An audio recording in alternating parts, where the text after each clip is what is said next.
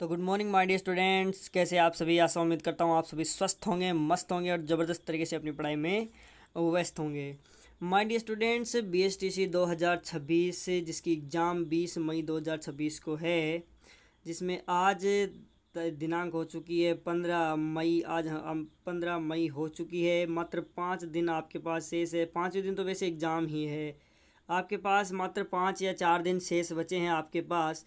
तो ये अंतिम दिन है। अंतिम दिनों में आप कैसे तैयारी करें, कैसे रणनीति से तैयारी करें, हम आज आपके लिए लेकर आए हैं Rajasthan GK, teaching aptitude, Hindi English और रीजनिंग, इन चारों का मिक्सर 200 क्वेश्चनों का ये हम आपके लिए लेकर आए हैं सेशन। 200 क्वेश्चनों का, पूरी एग्ज़ाम की तरह 200 क्वेश्चनों का हम आपके लिए सेशन लेके आए हैं। तो आप इस सेशन से ज़रूर जुड़ें और ज़रूर अपनी तैयारी को और मजबूत बनाएं और ज़रूर देखें कि आपके 200 में से कितने क्वेश्चन आपके सही हो रहे हैं।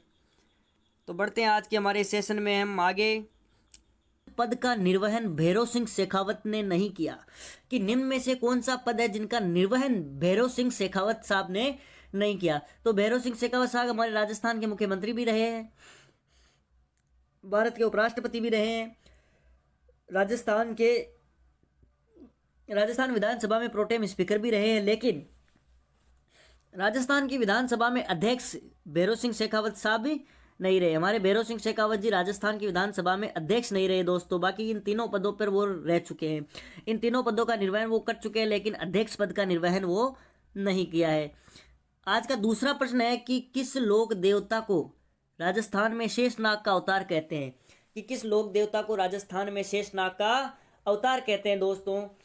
तो कल्लाजी राठौड़ को राजस्थान में शेषनाग का अवतार माना जाता है। शेषनाग का अवतार माना जाता है। इनको लक्ष्मण का अवतार भी माना जाता है, लेकिन कभी कभार शेषनाग का अवतार भी ऑप्शन में आता है, तो इनको शेषनाग का अवतार माना जाता है। अगला प्रश्न है कि राजस्थान में निम्नलिखित में से किस जिले में प्रसिद्ध कोलवी की गुफाएं हैं। कि इनमें से कौन से जिले में प्रसिद्ध कोलवी की गुफाएं हैं दोस्तों। इनमें से कौन से जिले में प्रसिद्ध कोलवी की गुफाएं हैं दोस्तों। तो वो झालावाड़ में है दोस्तों। झालावाड़ में प्रसिद्ध कोलवी की गुफाएं झालावाड़ जिले में है दोस्तों। झालावाड़ जिले में प्रसिद्ध कोलवी की गुफाएं हैं। अगला प्रश्न है दोस्तों कि राजस्थान में बम नृत्य निकटता किन जिलों से संबंधित है।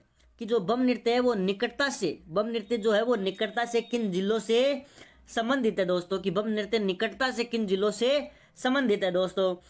तो दोस्तों बम नृत्य निकटता से अलवर तथा भरतपुर से संबंधित है। अलवर तथा भरतपुर से संबंधित है दोस्तों। अलवर तथा भरतपुर से निकटता से बम नृत्य संबंधित है। अगला प्रश्न है कि निम्नलिखित में से किस नदी का उद्गम राजस्थान से नहीं होता। कि इनमें से कौन सी नदी है जिनका उद्गम राजस्थान से नहीं होता है दोस्तों। तो वो नदी है दोस्तों काली सिंध नदी का उद्गम राजस्थान से नहीं होता दोस्तों। और दोस्तों ये जो प्रश्न है वो बीती परीक्षाओं के है, बीएसटीसी की बीती परीक्षाओं के ये प्रश्न है दोस्तों। और वही ऑप्शन है, वही प्रश्न है और वही जो उत्तर हमारी राजस्थान बोर्ड ने माने हैं वही इसके उत्तर दिए हुए हैं। अगला प्रश्न है दोस्तों कि निम्नलिखित में से किस समाचार पत्र का संबंध विजय सिंह पथिक से नहीं था। कि इनमें से कौन सा समाचार पत्र है जिनका संबंध विजय सिंह पथिक से नहीं था दोस्तों। तो दोस्तों राजस्थान केसरी का संबंध भी था, राजस्थान नवीन भारत का संबंध भी था, तरुण राजस्थान का संबंध भी था, लेकिन जो ये राजस्थान ज्योति है दोस्तों, राजस्थान ज्योति का संबंध विजय सिंह पथिक से नहीं था दोस्तों। राजस्थान ज्योति का संबंध जो है वो विजय सिंह पथिक से नहीं था दोस्तों। अगला प्रश्न है दोस्तों कि बादल महल के बारे में निम्नलिखित में से कौन सा कथन सही नहीं है। बादल महल के बारे में निम्नलिखित में से कौन सा कथन सही नहीं है। कि बादल महल का निर्माण परेवा लाजवत पत्थरों से किया गया है, सही है। यह गेब सागर झील के किनारे पर स्थित है। यह राजपूत और मुगल स्थापत्य कला का मिश्रण है। हाँ, लेकिन ये उदयपुर का शानदार महल नहीं है दोस्तों। बादल महल उदयपुर का शानदार महल नहीं है दोस्तों। ये इसका कथन सही नहीं है। अगला प्रश्न है कि राजस्थान में सामेला प्रथा का संबंध किससे है।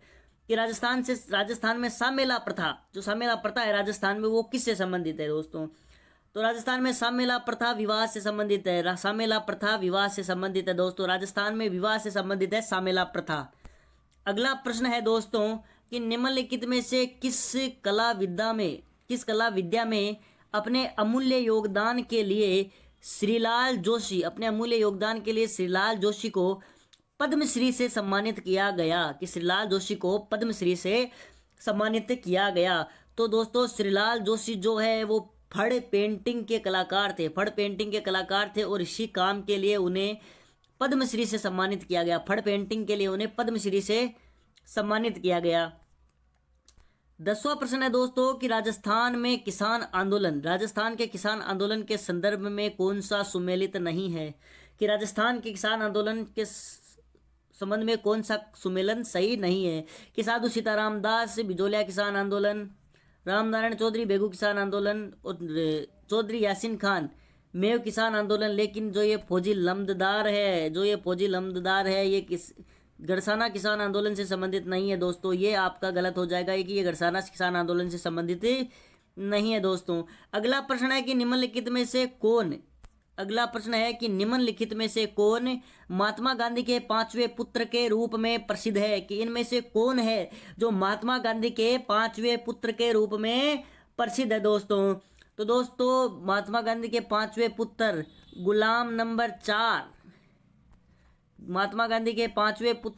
नंबर 4 के नाम से जो प्रसिद्ध है वो है जमनालाल बजाज।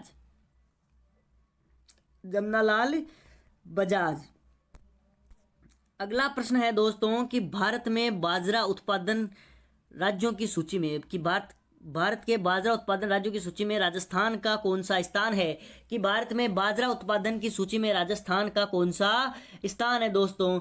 तो इसके अंदर राजस्थान का पहला स्थान है, कि राजस्थान का भारत में बाजरा उत्पादन की दृष्टि से राजस्थान का पहला स्थान है दोस्तों।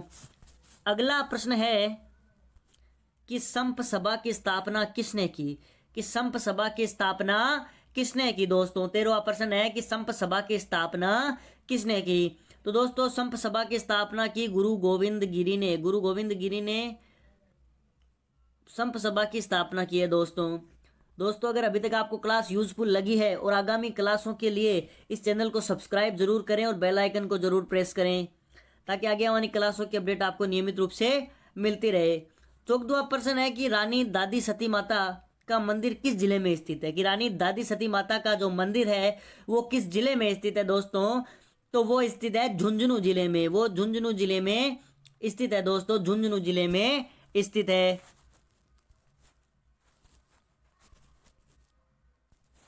अगला प्रश्न है दोस्तों कि वीर विनोद ग्रंथ के अनुसार चित्तौड़ किले का निर्माण किसने किया, कि वीर विनोद ग्रंथ के अनुसार चित्तौड़ दुर्ग का निर्माण किसने किया दोस्तों। तो चित्तौड़ दुर्ग का निर्माण चित्रांगद ने किया, चित्तौड़ दुर्ग का निर्माण चित्रांगद ने किया दोस्तों, चित्तौड़ दुर्ग का निर्माण चित्रांगद ने किया। दोस्तों चित्तौड़ में अब तक 3 साके हो चुके, 3 साकों के लिए प्रसिद्ध है चित्तौड़ दुर्ग। 1303, 1537 और 1568-67 में 3 साके अभी तक चित्तौड़ में हो चुके हैं दोस्तों। अगला प्रश्न है दोस्तों कि राजस्थान में कितने प्रकार के खनिज पाए जाते हैं, कि राजस्थान में कितने प्रकार के खनिज पाए जाते हैं दोस्तों। तो दोस्तों राजस्थान में वैसे तो 81 प्रकार के खनिज माने जाते हैं, लेकिन ये प्रश्न विगत बीएसटीसी की परीक्षा में आया हुआ है और इसके ऑप्शन है, इसके हिसाब से इसका उत्तर हो जाएगा 79 प्रकार के खनिज राजस्थान में पाए जाते हैं दोस्तों। 17वां प्रश्न है कि भारत के संविधान के अनुसार राजस्थान मंत्री परिषद में मुख्यमंत्री सहित अधिकतम सदस्यों की संख्या कितनी हो सकती है दोस्तों। तो दोस्तों किसी भी राज्य की विधानसभा में मंत्रियों की अधिकतम संख्या मुख्यमंत्री सहित उस राज्य की 15%, उस राज्य की विधानसभा सीटों की 15% के बराबर होगी। जैसे कि हमारे राजस्थान में विधानसभा सीटों की संख्या 200 है तो 200 का 15%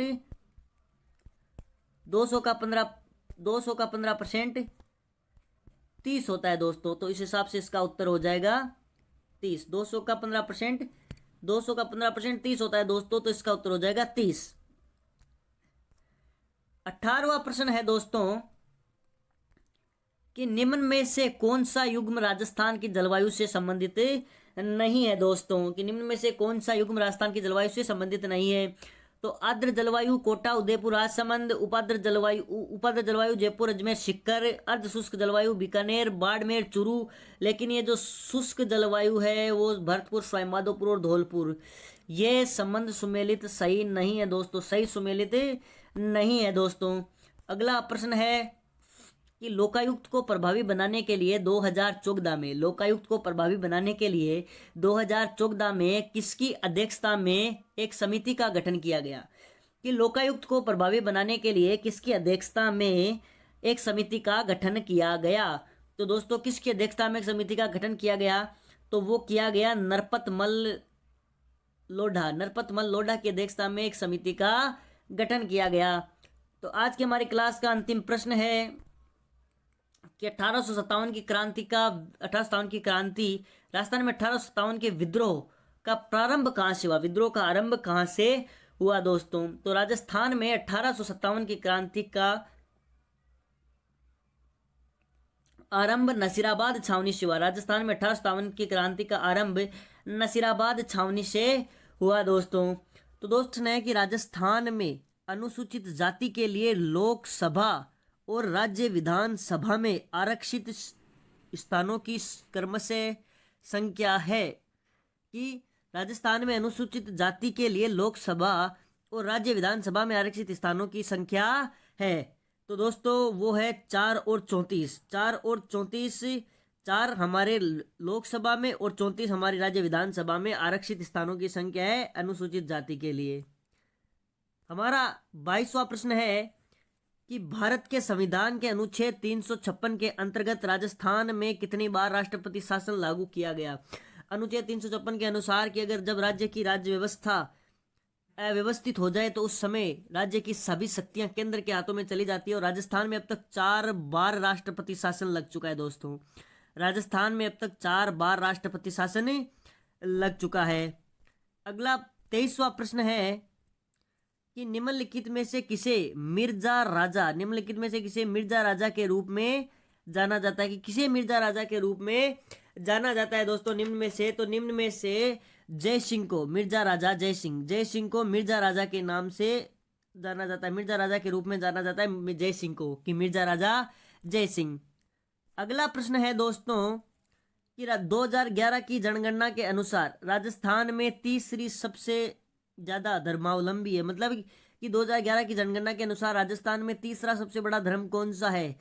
पहला सबसे बड़ा धर्म हिंदू है, दूसरा मुस्लिम है और तीसरा जो सबसे बड़ा धर्म है वो सिख है दोस्तों। वो सिख धर्म है तीसरी स्थान पे। सिख धर्म सबसे बड़ा धर्म है, सिख धर्म तीसरे स्थान पे। 25वां प्रश्न है दोस्तों कि निम्नलिखित में से किस हिंदू माह में गणगौर मनाई जाती है? कि निम्नलिखित में से किस हिंदू माह में गणगौर मनाई जाती है? मतलब कि गणगौर का पर्व किस हिंदू माह में मनाया जाता है दोस्तों? तो गणगौर मनाई जाती है चैत्र में गणगौर मनाई जाती है दोस्तों। चैत्र माह में गणगौर मनाई जाती है। और ये राजस्थान के त्योहारों का अंतिम त्योहार होता है गणगौर। 26वां प्रश्न है कि राजस्थान का कौन सा भाग रेगिस्तान है? कि राजस्थान का कौन सा भाग है जो रेगिस्तान है दोस्तों? तो राजस्थान का पश्चिमी भाग रेगिस्तान है दोस्तों। राजस्थान का पश्चिमी भाग रेगिस्तान है दोस्तों। अगला 27वां प्रश्न है कि राजस्थान के निम्नलिखित जिलों में से किस में 56 का मैदान स्थित है? कि इन जिलों में से किस में 56 का मैदान स्थित है दोस्तों?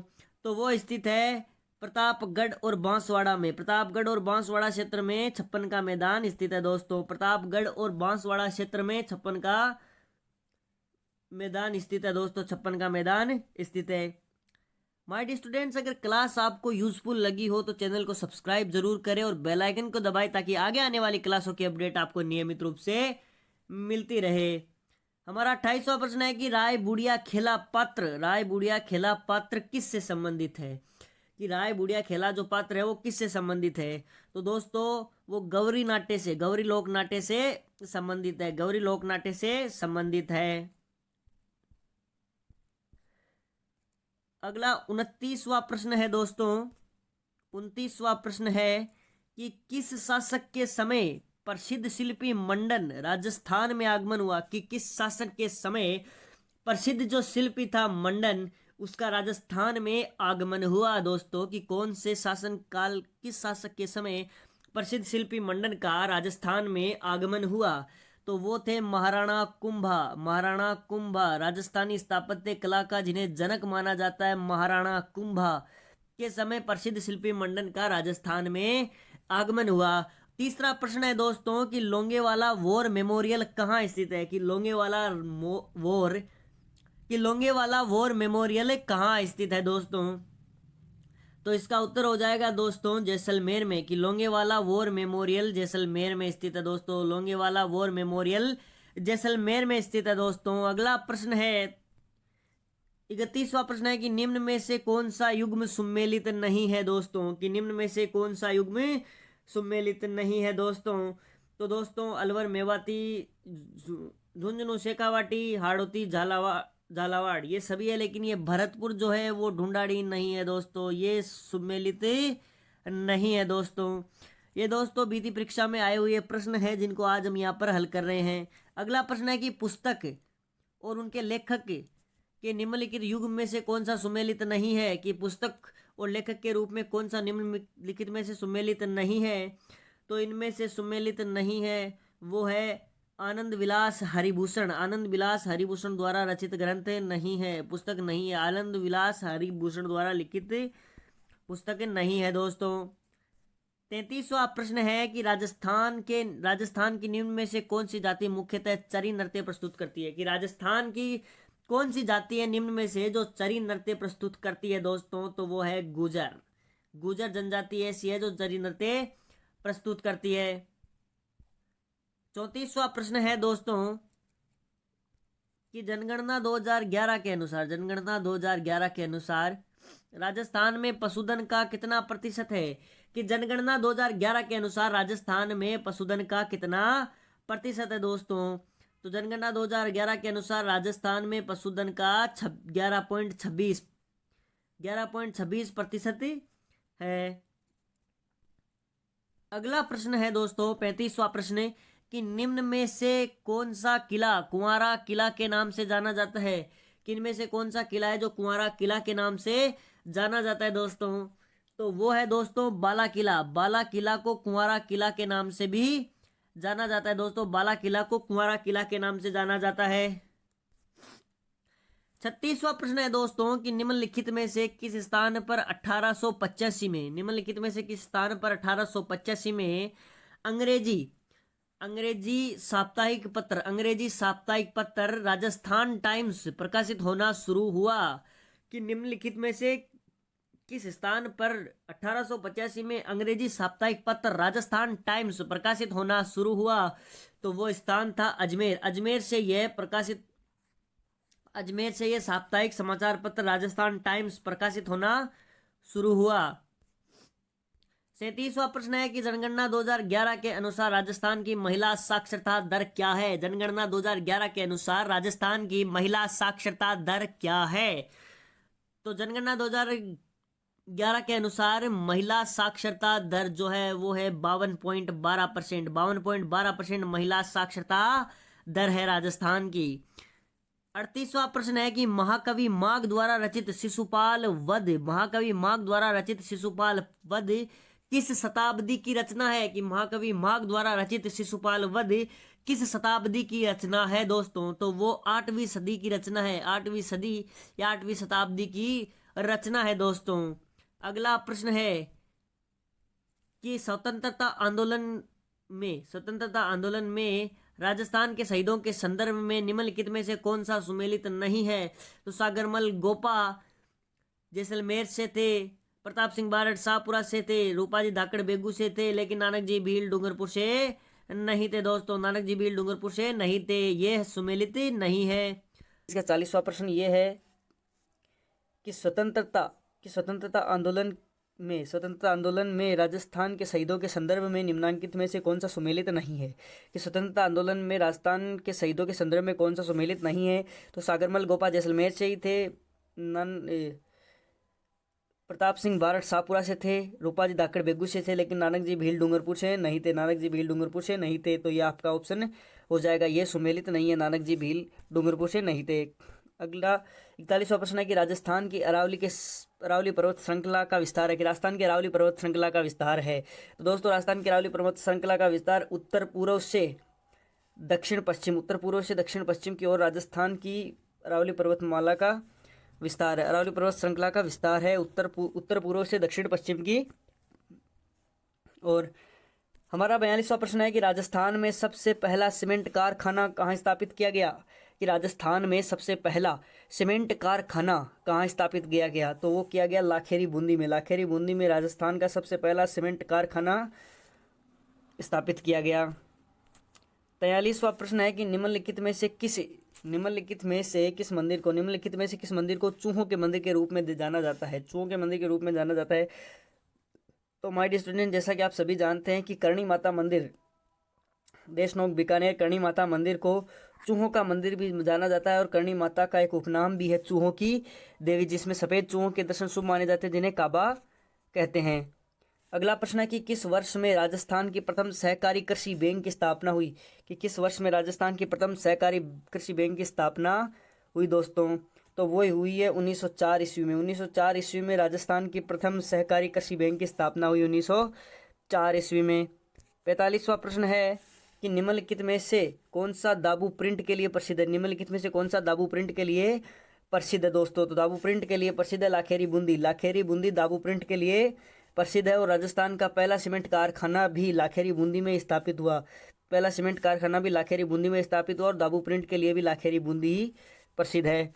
अगला 46वां प्रश्न है कि जनगणना 2011 के अनुसार राजस्थान की कुल कार्यशील जनसंख्या का कितना प्रतिशत कृषि और उससे जुड़ी गतिविधियों पर निर्भर करता है, कि कितना परसेंट कृषि और उससे जुड़ी गतिविधियों पर निर्भर करता है, तो दोस्तों वो है 62%। 62% कृषि और उससे जुड़ी गतिविधियों पर निर्भर करता है। 62% कार्यशील लोग कृषि और उससे जुड़ी गतिविधियों पर निर्भर करते हैं।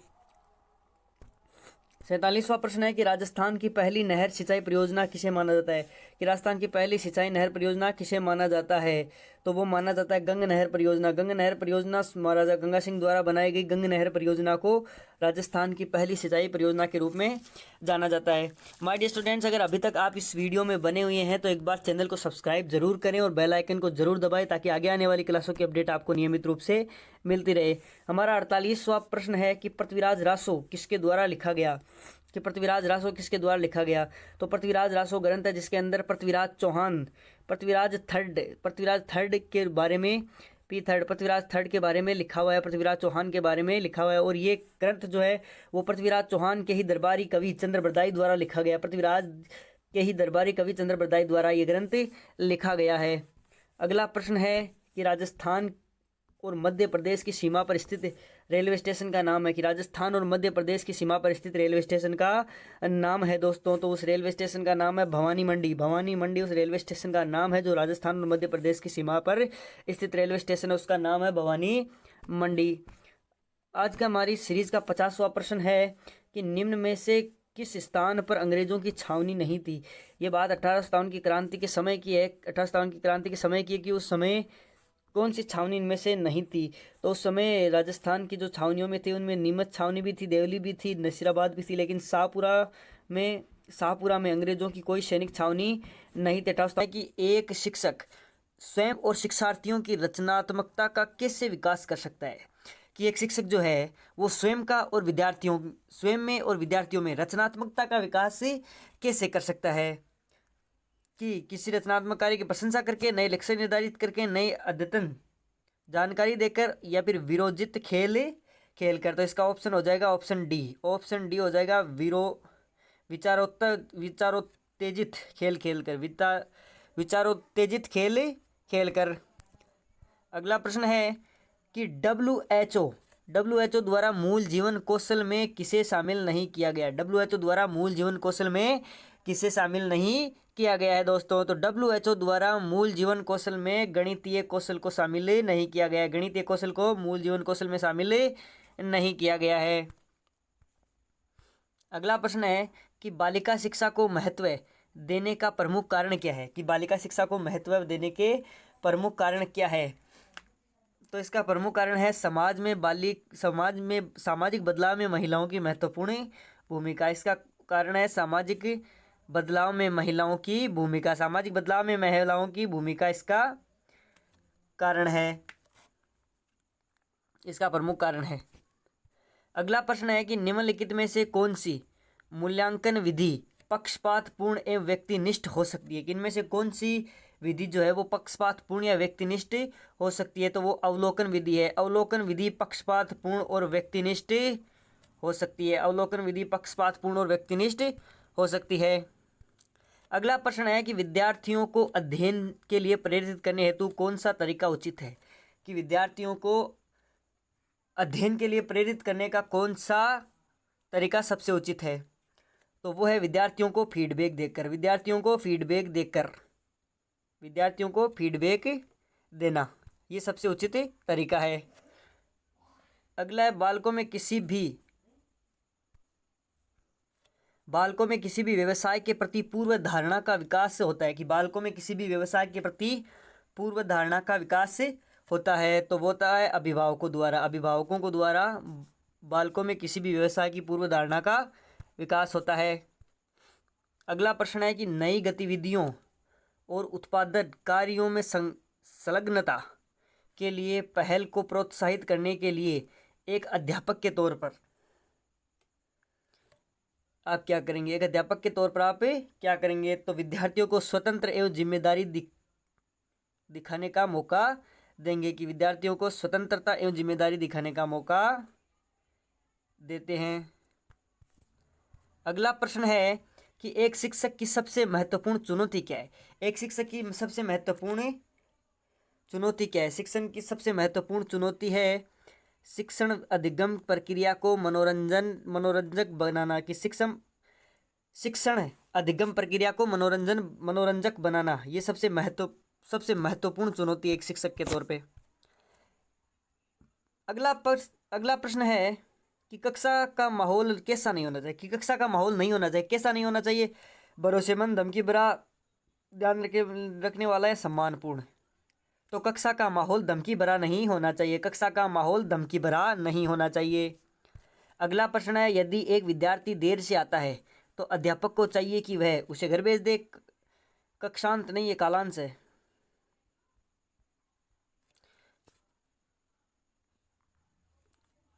कालांश पूर्ण होने के बाद कारण जानिए, प्रधानाचार्य सूचित करे, देर से आने पर ध्यान न दे। तो इसका उत्तर हो जाएगा कालांश पूर्ण होने के बाद कारण जानिए। अगला प्रश्न है कि टोरेंस के अनुसार रचनात्मकता का आयाम है। कि टोरेंस के अनुसार रचनात्मकता का आयाम है। कि टोरेंस के अनुसार रचनात्मकता आयाम है। तो टोरेंस के अनुसार रचनात्मकता का आयाम है मौलिकता, लचीलापन और धारा प्रवाहिता। मौलिकता, लचीलापन और धारा प्रवाहिता।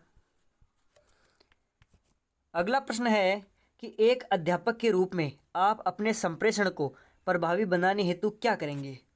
कि एक अध्यापक के रूप में आप अपने संप्रेषण को प्रभावी बनाने के लिए क्या करेंगे? विद्यार्थियों के अधिगम स्तर को जानेंगे। विद्यार्थियों के अधिगम स्तर को जानेंगे। अगला प्रश्न है कि विद्यालय मूल रूप से सामाजिक संस्थाएं हैं क्योंकि विद्यालय मूलभूत से सामाजिक संस्थाएं क्योंकि वे हमारी संस्कृति के मूल्यों को संरक्षित करते हैं और भावी पीढ़ियों में उनका संचार करते हैं। कि वे हमारी संस्कृति के मूल्यों को सुरक्षित रखते हैं और भावी पीढ़ियों में उनका संचार करते हैं। अगला प्रश्न है कि प्रशंसा का प्रयोग करते समय एक अध्यापक कौन सी गलती कर सकता है?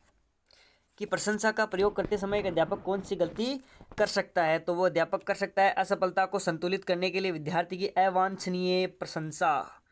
कि असफलता को संतुलित करने के लिए विद्यार्थी की अवांछनीय प्रशंसा कर सकता है, ये गलती है। कि रिपोर्ट कार्ड तैयार करने में क्या उचित नहीं है? रिपोर्ट कार्ड तैयार करने में क्या उचित नहीं है? रिपोर्ट कार्ड स्ववाक्यात्मक होनी चाहिए, बिल्कुल। रिपोर्ट विद्यालय द्वारा तय किए गए सभी मापदंड होने चाहिए, बिल्कुल। रिपोर्ट कार्ड में नकारात्मक टिप्पणी नहीं होनी चाहिए। रिपोर्ट कार्ड में नकारात्मक टिप्पणी नहीं होनी चाहिए। रिपोर्ट कार्ड में नकारात्मक टिप्पणी नहीं होनी चाहिए। अगला प्रश्न है विद्यार्थियों में सहयोग की भावना बढ़ाने के लिए निम्नलिखित में से कौन सा सबसे प्रभावशाली होगा? विद्यार्थियों में सहयोग की भावना बढ़ाने के लिए तो समूह खेलों का आयोजन। विद्यार्थियों में सहयोग की भावना बढ़ाने के लिए समूह खेलों का आयोजन। अगला प्रश्न है, निम्नलिखित में से कौन सा संप्रेषण में बाधक है? निम्नलिखित में से कौन सा संप्रेषण में बाधक है? तो वो है अधिक दृष्टिहीनता। अधिक दृष्टिहीनता नहीं, यहाँ पर है अधिक दुश्चित्ता। अधिक दुश्चित्ता। अगला प्रश्न है कि अध्यापक की कार्य क्षमता को बढ़ाया जा सकता है। कि अध्यापक की कार्य क्षमता को बढ़ाया जा सकता है। तो अध्यापक की कार्य क्षमता को बढ़ाया जा सकता है उसके कार्यों की सराहना करके। उसके कार्यों की सराहना करके अध्यापक की कार्य क्षमता को बढ़ाया जा सकता है।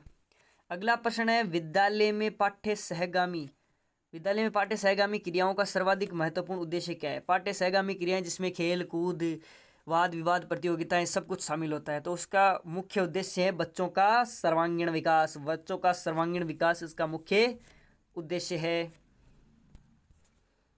अगला प्रश्न है, निम्नलिखित में से किस विधि द्वारा विद्यार्थियों का सही मूल्यांकन संभव है?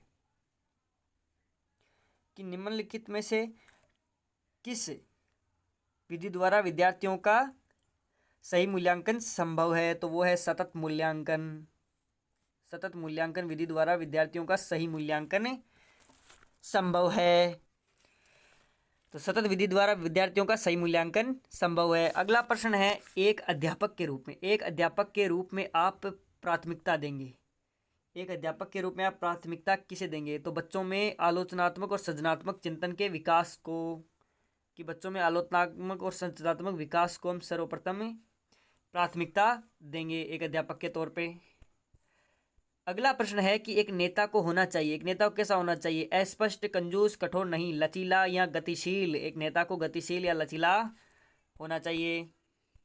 अगला प्रश्न है, निम्नलिखित में से कौन सा कथन सृजनशील व्यक्तियों के बारे में गलत है? सृजनशील व्यक्तियों का ज्ञान व्यापक होता है, बिल्कुल सही। सृजनशील व्यक्तियों में स्वयं निर्णय लेने की क्षमता होती है, बिल्कुल सही।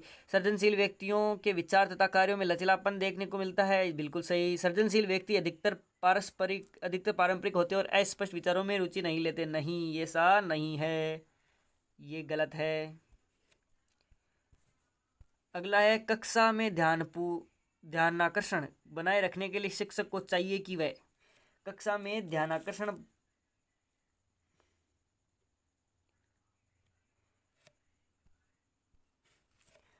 कक्षा में अनुशासन बनाए रखने के लिए महत्वपूर्ण है। कक्षा में अनुशासन बनाए रखने के लिए महत्वपूर्ण है कि शिक्षक को चाहिए कि वह छात्रों को वह करने दे जो उन्हें पसंद है, छात्रों के साथ सख्ती से पेश आएँ, छात्रों को हल करने के लिए कुछ समस्याएं दें, उनके साथ विनम्रता और दृढ़ता से पेश आएँ।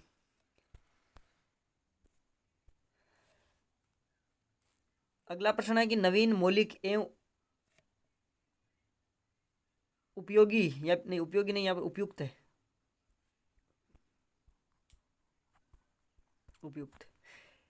कि नवीन, मौलिक और उपयुक्त विचारों या कार्यों को उत्पन्न करने की योग्यता संबंधित है। कि नवीन, मौलिक एवं उपयुक्त विचारों या कार्यों को उत्पन्न करने की योग्यता संबंधित है। तो किससे संबंधित है? सृजनात्मकता से संबंधित है।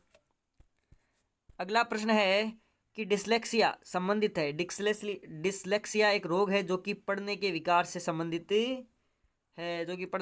संबंधित है।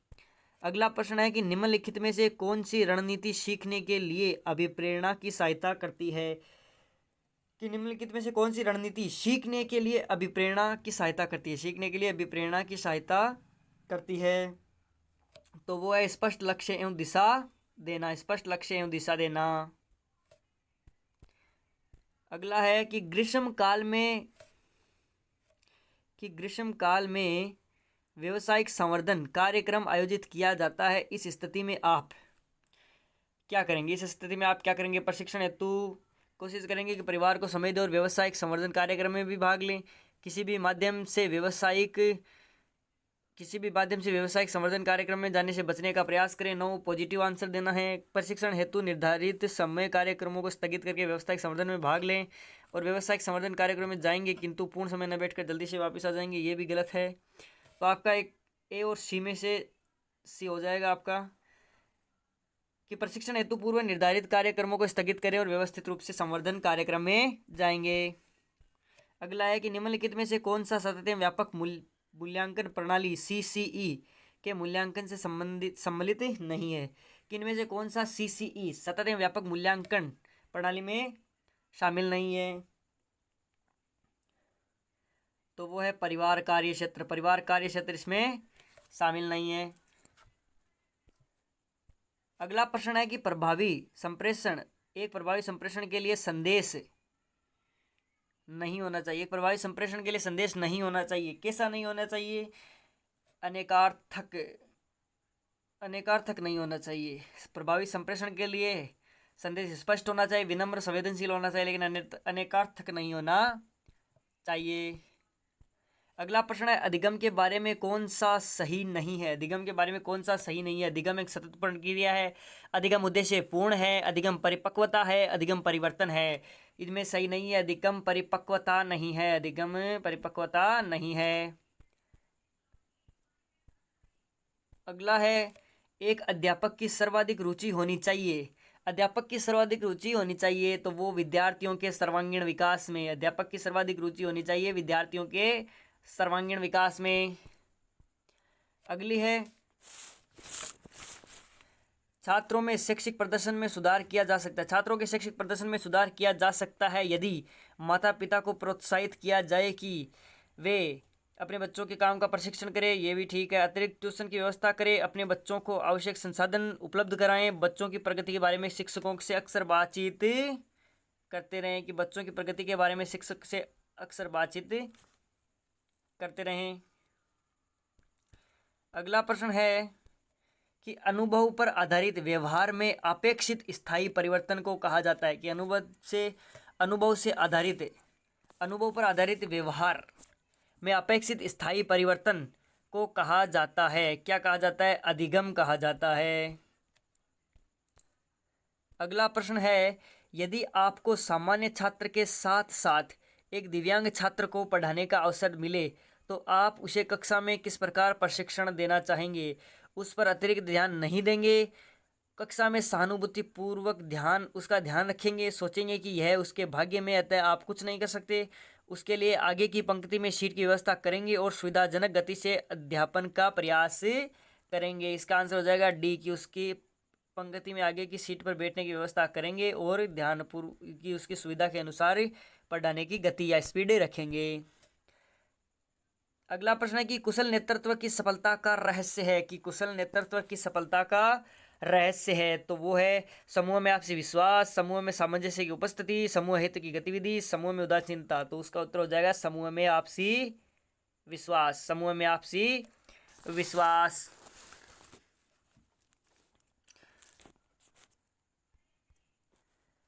अगला है कि लिखित सामग्री का एक अच्छा मूल्यांकन निम्न में से किस पर आधारित हो सकता है?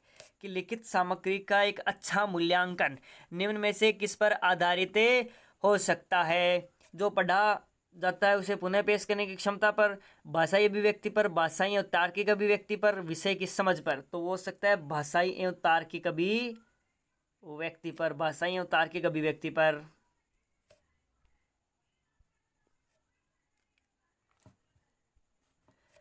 सृजनात्मकता संबंधित है। सृजनात्मकता संबंधित है अभिसारी चिंतन से, अपसारी चिंतन से, एल्गोरिथम चिंतन से और क्रमबद्ध चिंतन से।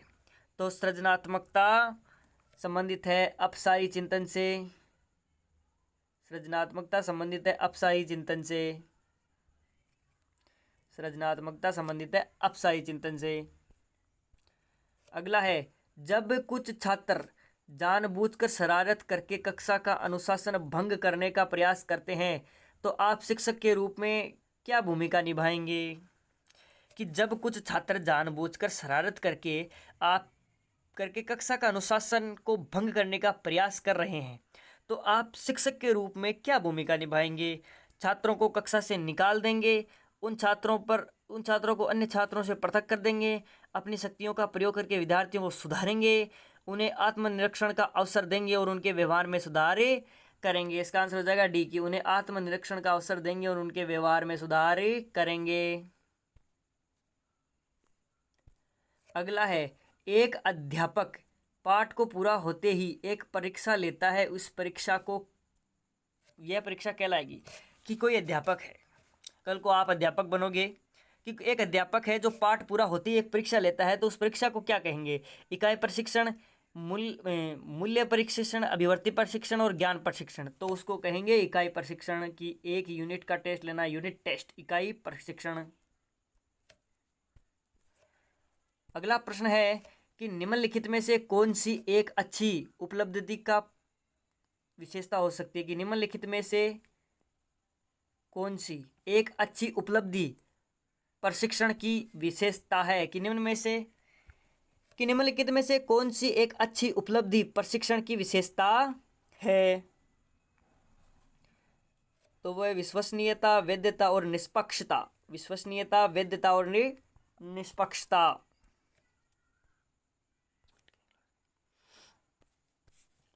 अगला प्रश्न है, एक शिक्षक सफल हो सकता है यदि वह छात्रों को बेहतर नागरिक बनाने में मदद करता है, छात्रों को विषय का ज्ञान प्रदान करता है, छात्रों के लिए परीक्षा उत्तीर्ण करने के लिए तैयार करता है, विषय वस्तु को सुव्यवस्थित ढंग से प्रस्तुत करता है। कि एक शिक्षक सफल हो सकता है कब? कि छात्रों को बेहतर नागरिक बनाने में मदद करता है, कि छात्रों को बेहतर नागरिक बनाने में मदद करता है। अगला प्रश्न है कि शिक्षण विधि के चयन में ध्यान रखना चाहिए। कि शिक्षण विधि के चयन में ध्यान रखना चाहिए। शिक्षण विधि के चयन में किन बातों का ध्यान रखना चाहिए? विषय वस्तु की प्रकृति पर, विद्यार्थियों के मानसिक स्तर पर, उपलब्ध संसाधनों पर, विद्यार्थियों के जेंडर पर।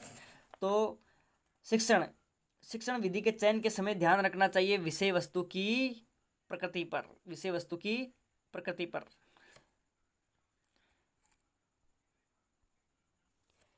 कि ध्यान रखना चाहिए विषय वस्तु की प्रकृति पर। अगला प्रश्न है, एक प्रभावी नेता टीम की त्रुटि होने पर जिम्मेदारी स्वयं लेता है, संपूर्ण टीम को जिम्मेदार बताता है, बाहरी कारक को जिम्मेदार बताता है, त्रुटि होना नहीं मानता। तो एक प्रभावी नेता त्रुटि होने पर जिम्मेदारी स्वयं पर लेता है। एक प्रभावी नेता वही है जो त्रुटि होने पर जिम्मेदारी स्वयं ले, क्योंकि लीडर है वो। अगला प्रश्न है, एक अध्यापक कक्षा के वातावरण को सुखद रखता है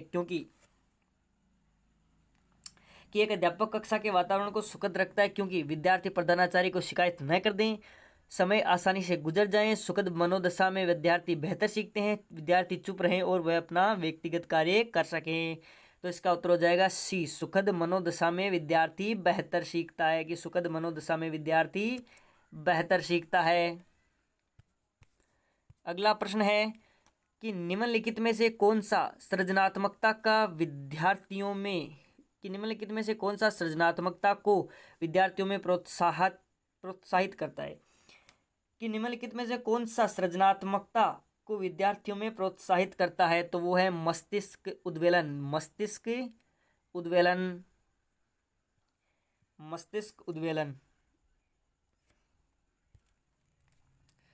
अगला प्रश्न है कि शिक्षण के लिए एक गतिशील दृष्टिकोण का अर्थ है कि शिक्षण सरल एवं प्रभावी होना चाहिए, शिक्षक ऊर्जावान और गतिशील होना चाहिए, शिक्षण का विषय स्थिर होना चाहिए, छात्रों को गतिविधियों के माध्यम से सीखने की आवश्यकता होनी चाहिए। तो इसका उत्तर हो जाएगा डी, छात्रों को गतिविधियों के माध्यम से सीखने की आवश्यकता होनी चाहिए। कि छात्रों को गतिविधियों के माध्यम से सीखने की आवश्यकता होनी चाहिए। अगला प्रश्न है कि महात्मा गांधी ने कौन सी शिक्षा पद्धति प्रस्तावित किया? कि महात्मा गांधी ने कौन सी शिक्षा पद्धति को प्रस्तावित किया? तो वो बुनियादी शिक्षा, मोटेसरी शिक्षा, स्थानीय शिक्षा या भारतीय शिक्षा। तो महात्मा गांधी ने जिस शिक्षा पद्धति को प्रस्तावित किया वो है बुनियादी शिक्षा को महात्मा गांधी ने प्रस्तावित किया। अगला प्रश्न है कि किस प्रकार का नेतृत्व विद्यार्थियों को समुचित वृद्धि के समुचित वृद्धि तथा विकास में बहुत अनुकूल और सहायक हो सकता है। कि किस प्रकार का नेतृत्व विद्यार्थियों के समुचित वृद्धि एवं विकास में बहुत अनुकूल और सहायक हो सकता है। तो सत्तावादी, नौकरशाही या लोकतांत्रिक, तो इसका आंसर हो जाएगा लोकतांत्रिक। इसका उत्तर हो जाएगा लोकतांत्रिक। लोकतांत्रिक, लोक मतलब जनता का शासन, लोकतंत्र। आज के हमारे सेशन का अंतिम प्रश्न है कि यदि कोई छात्र नियमित रूप से गृह कार्य करके नहीं ला रहा है, यदि कोई छात्र नियमित रूप से गृह कार्य करके नहीं ला रहा है तो इस स्थिति में आप क्या करेंगे? कि यदि कोई छात्र नियमित रूप से गृह कार्य करके नहीं ला रहा है तो इस स्थिति में आप क्या करेंगे? तो इस स्थिति में आप क्या करेंगे? अन्य शिक्षकों से चर्चा करेंगे? नहीं, कोई फायदा नहीं इस चीज़ का। प्रधानाचार्य से चर्चा करेंगे? नहीं। अभिभावक को सूचित करेंगे? ये भी ठीक है, लेकिन बेस्ट है कि कारण जानने का प्रयत्न करेंगे, कारण जानने का प्रयास करेंगे। वो है कि निम्न में से बादल शब्द का पर्यायवाची नहीं है। कि निम्न में से कौन सा ऐसा है जो बादल का पर्यायवाची नहीं है? कि निम्न में से बादल का पर्यायवाची नहीं है दोस्तों।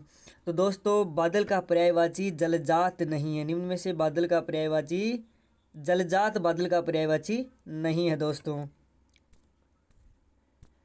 दूसरा 102वां प्रश्न है। अगला प्रश्न है कि निम्न में से पंचरत्न का सही समास विग्रह है। कि इनमें से कौन सा पंचरत्न का सही समास विग्रह है दोस्तों? तो दोस्तों पंचरत्न का सही समास विग्रह है कि 5 रत्नों का समूह है या फिर समाहार द्विगु समास है इसमें। कि 5 रत्नों का समूह है या समाहार द्विगु समास है इसके अंदर।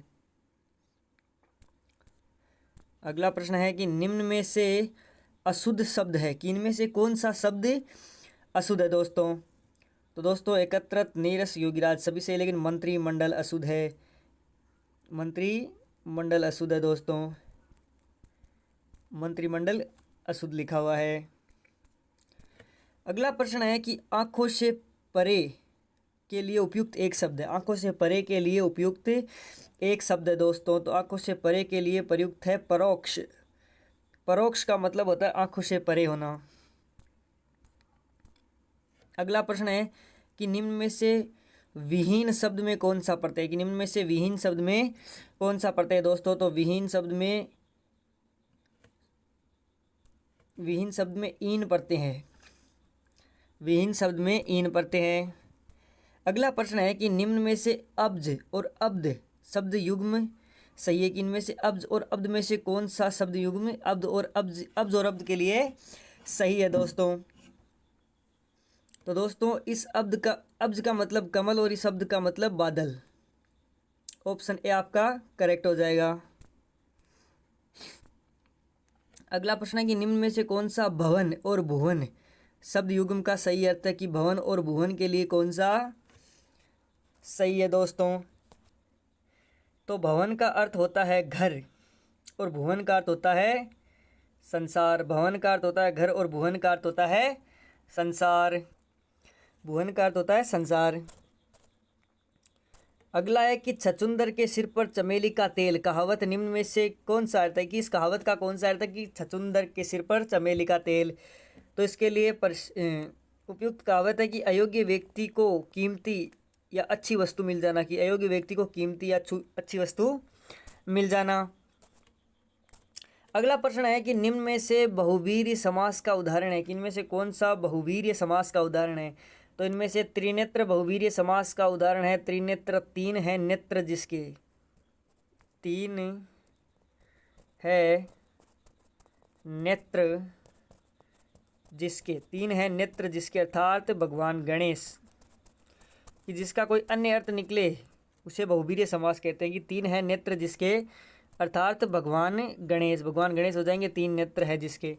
तो इसमें त्रिनेत्र में बहुवीर्य समास हो जाएगा। अगला प्रश्न है कि जंगल में लगने वाली आग के लिए निम्न में से कौन सा एक शब्द है? कि जंगल में लगने वाली आग के लिए निम्न में से कौन सा एक शब्द है? तो जंगल में लगने वाली आग को कहते हैं दावानल। जंगल में लगने वाली आग को कहते हैं दावानल। अगला प्रश्न है कि निम्न में से तीव्र तीव्र शब्द का विलोम क्या होगा? तीव्र का विलोम क्या होगा? तो तीव्र का विलोम होगा मंद। एक तो तीव्र तेज, एक मंद धीमा। तीव्र का विलोम होगा मंद। अगला है कि वर्षा होती तो अनाज पैदा होता। निम्न में से कौन सा वाक्य है? कि वर्षा होती तो अनाज होता। कि वर्षा होती तो अनाज होता, ये संकेतवाचक वाक्य है कि ये होता तो ये होता, संकेतवाचक। इसमें संकेत हो रहा है कि यदि वर्षा होती तो अनाज होता। ये संकेत हो गया कि वर्षा होती तो अनाज होता। अगला प्रश्न है कि निम्न में से अन्वेषण का संधि विच्छेद है। निम्न में से अन्वेषण का संधि विच्छेद है कि निम्न में से अन्वेषण का संधि विच्छेद है। तो अन्वेषण का संधि विच्छेद है अनुधनएषण। कि अनुधनएषण, इसके सही हो जाएगा अनुधनएषण। जैसे कि अनु के अंदर क्या है? उ प्लस आगे ए। अगर उ या ए मिलेंगे तो क्या बनेगा? तो इनकी जगह एंट्री किसकी होगी? आधे व की एंट्री होगी। तो ये बनेगा ए का, इधर अन का अन है और इधर क्षण का क्षण है, तो आधे व की एंट्री होगी।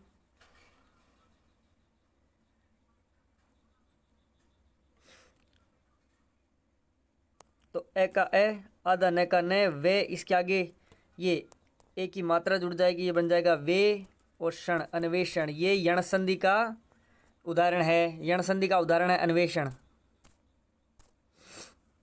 अगला है कि निम्न में से शक्ति का उपासक के लिए उपयुक्त शब्द है। कि शक्ति का उपासक, उसको कहते हैं शाक्त। शक्ति का उपासक है जो शाक्त। अगला है निम्न में से अमीय शब्द का पर्यायवाची है। अमीय, कि निम्न में से अमीय शब्द का पर्यायवाची है। तो अमीय शब्द का पर्यायवाची हो जाएगा सुधा। अमीय शब्द का पर्यायवाची है सुधा। अगला है कि निर्झर और निर्झर शब्द युग्म में कौन सा अर्थ सही है? निर्झर और निर्झर, इसमें कौन सा सही है?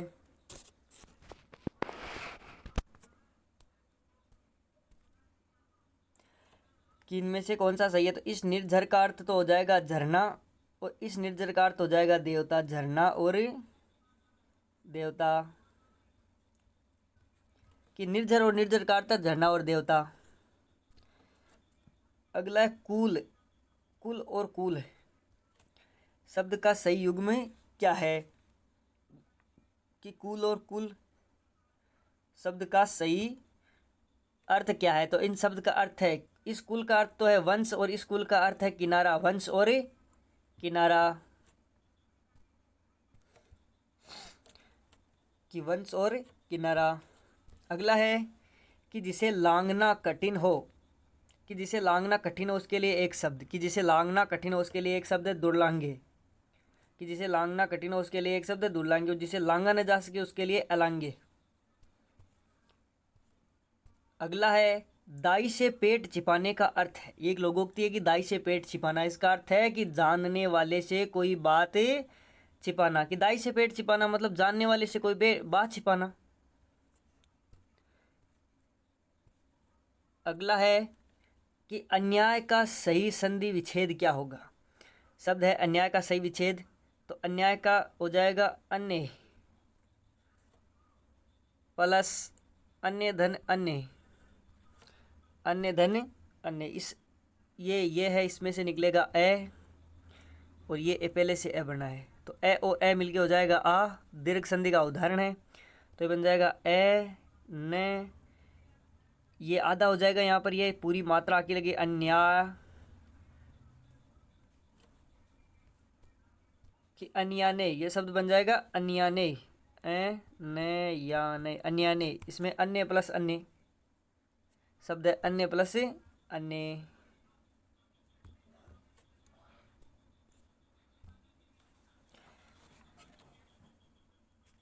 अगला है कि तिमिर का विलोम शब्द क्या है? तिमिर मतलब अंधेरा। तिमिर का विलोम हो जाएगा प्रकाश। तिमिर मतलब अंधेरा, तिमिर का हो जाएगा प्रकाश। अगला है जिस स्त्री का पति जीवित हो उसके लिए एक उपयुक्त शब्द है। तो उसके लिए शब्द है साधवा।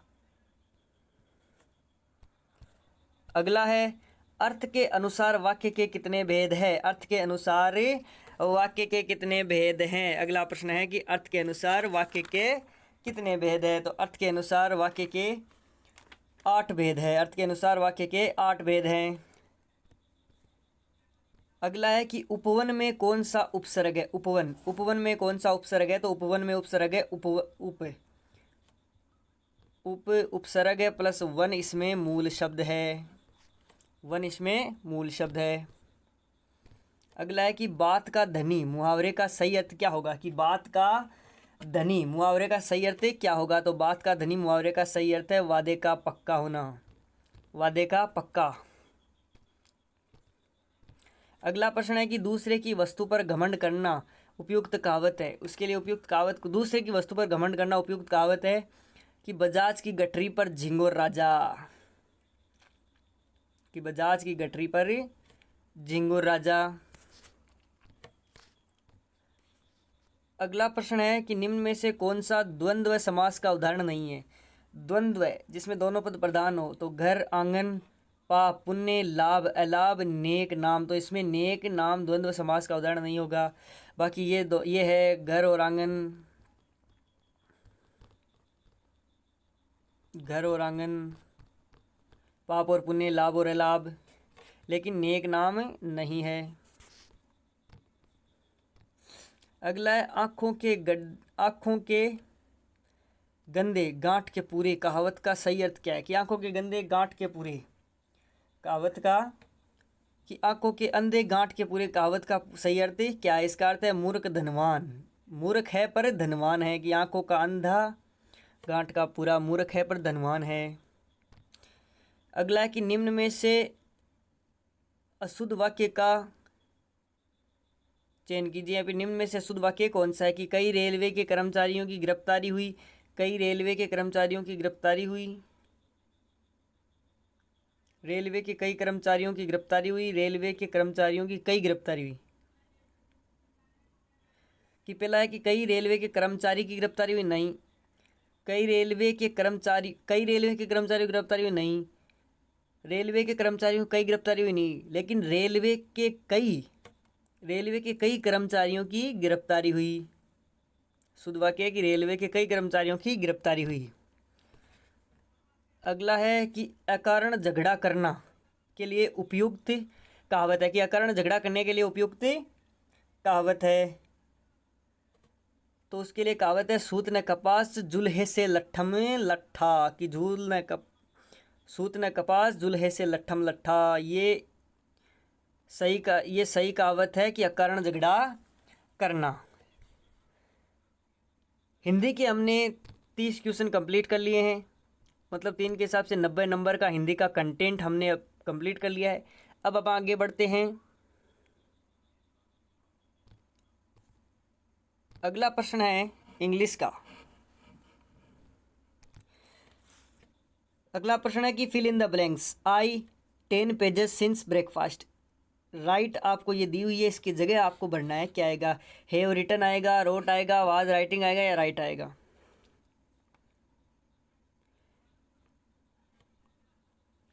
कि I have written 10 page since breakfast. I have written 10 page since breakfast. कि मैंने ब्रेकफास्ट से पहले 10 पेज लिख लिए। अगला प्रश्न है कि which is the correct synonyms of glutton. कि गिल्टन का सिनोनिम्स मतलब सिमिलर वर्ड क्या होगा? गिल्टन का अर्थ होता है कोमल, तो इसका सिनोनिम्स हो जाएगा सॉफ्ट। सिनोनिम्स हो जाएगा सॉफ्ट।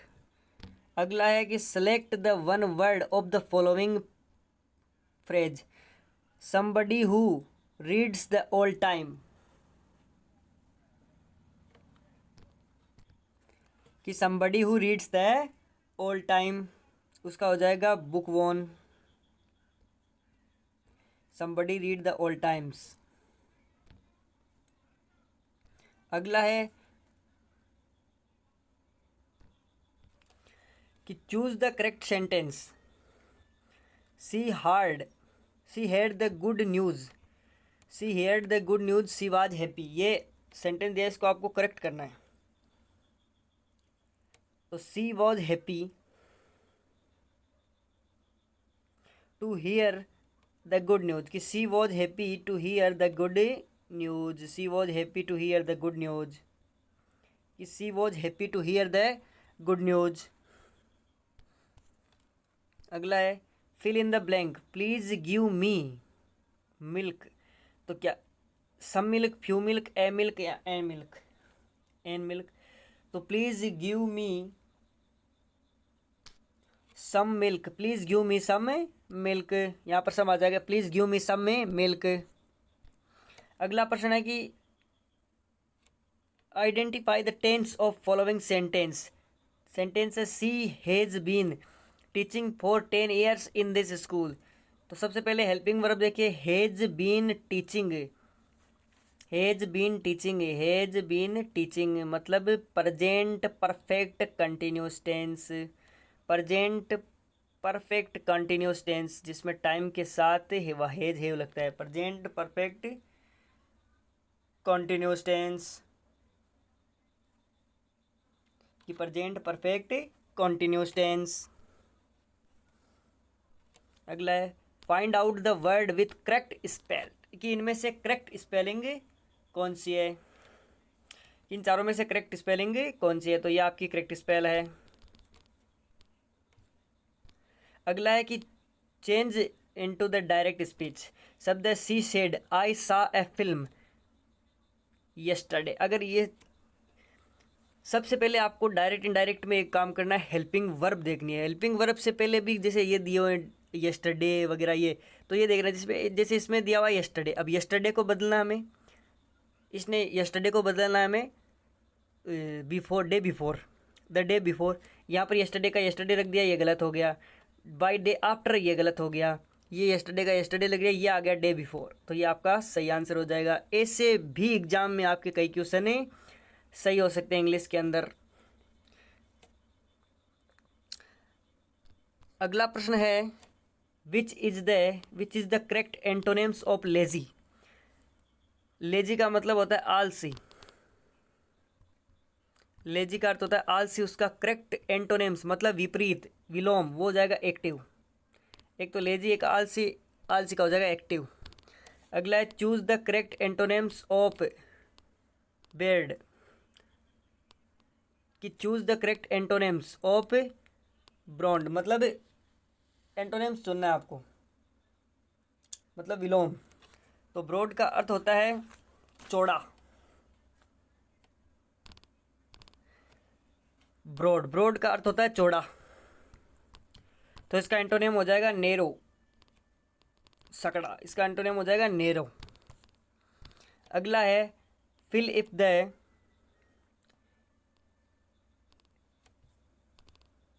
मतलब टेंस इसमें आपको लगाना कि कौन सा टेंस लगेगा, इसमें कौन सा सेंटेंस लगेगा। तो हु हर बीच में इस खाली जगह की आपको ना did not know, is not know, know do not know, does not know. तो हर मतलब सी सिंगुलर है तो डू आएगा नहीं, इज के साथ नॉन आता नहीं, डिड नॉट नो ये पास्ट की बात चली जाएगी तो ये आएगा does not no.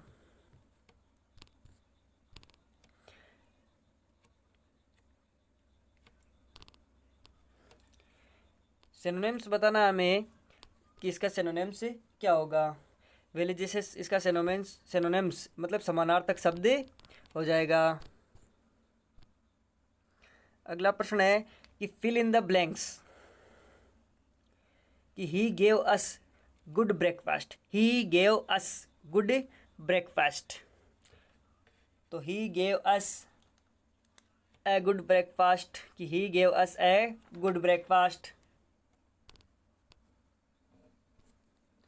Next identify the tense of the following sentence, identify the tense of following sentence. We have been living here since 1952। तो we have been living, we have been living मतलब present perfect continuous, present perfect continuous tense है इसमें, present perfect continuous tense. Which is the open correct indirect speech to the following? She said you can sit here Tara. तो she said का shade नहीं रहेगा, तो ये हो जाएगा केन का हो जाएगा कुड। केन का कुड होगा इसमें, केन का कुड है, इसमें कुड है।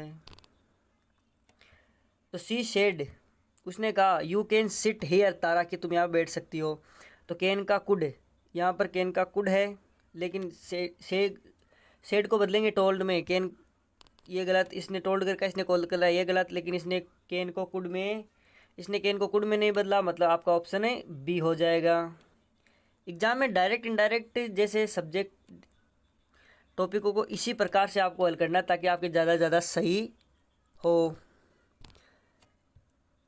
अगला है कि identify the underline word there are 50 members in the party. कि ये क्या है, प्रोनाउन है, एडवर्ब है, एडजेक्टिव या नाउन है? कि there are 50 members in 50 members in the party, तो ये एडजेक्टिव हो गया। कि there are 50 members in the party, ये एडजेक्टिव हो गया।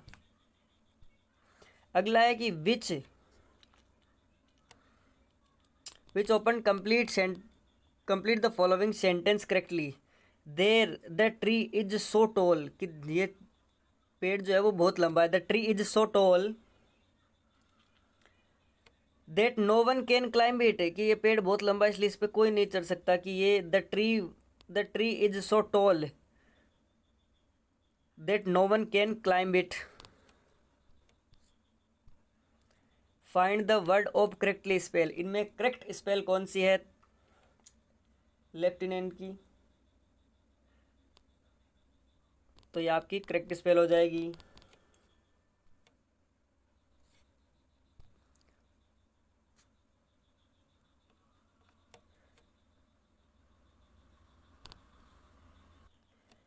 कि choose the correct connective in the following. He is डल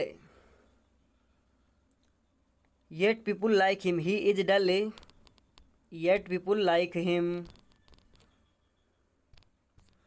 और ये हमारा प्रश्न है अगला, which is the following is not simple sentence. कि इन सेंटेंसों में से कौन सा सेंटेंस जो सिंपल सेंटेंस नहीं है, not a simple sentence? A girl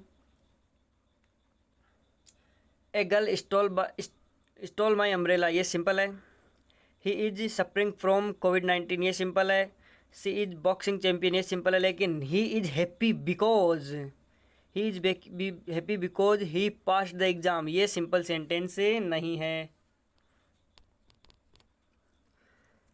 my dear students की श्रृंखला में लुप्त संख्या ज्ञात कीजिए। कि श्रृंखला में लुप्त संख्या ज्ञात कीजिए। आपके सामने समक्ष ये श्रृंखला दी हुई है, इसके अंदर लुप्त संख्या में ज्ञात करनी है माय डियर स्टूडेंट्स।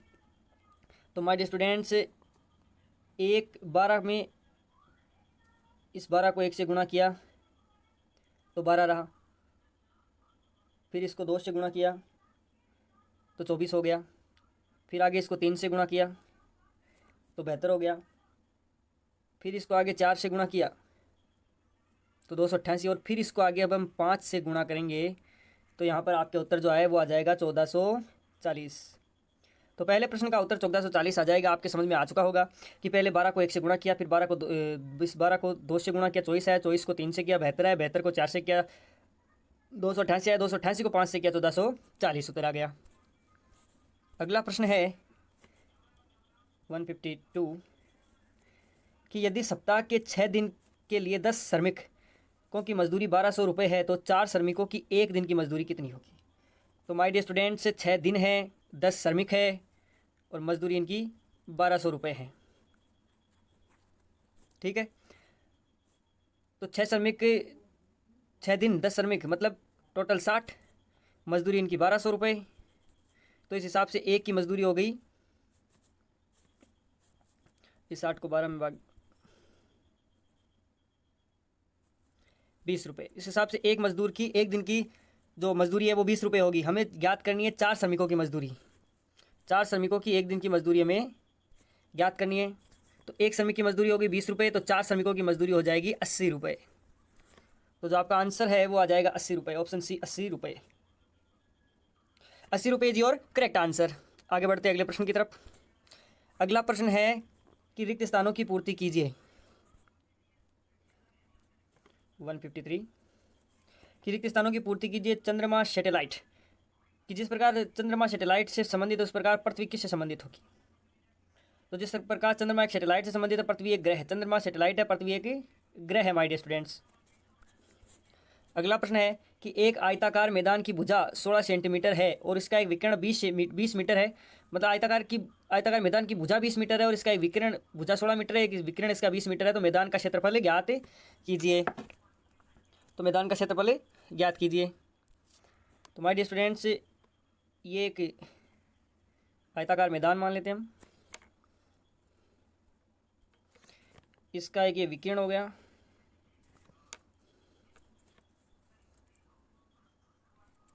इसका एक विकीर्ण हो गया।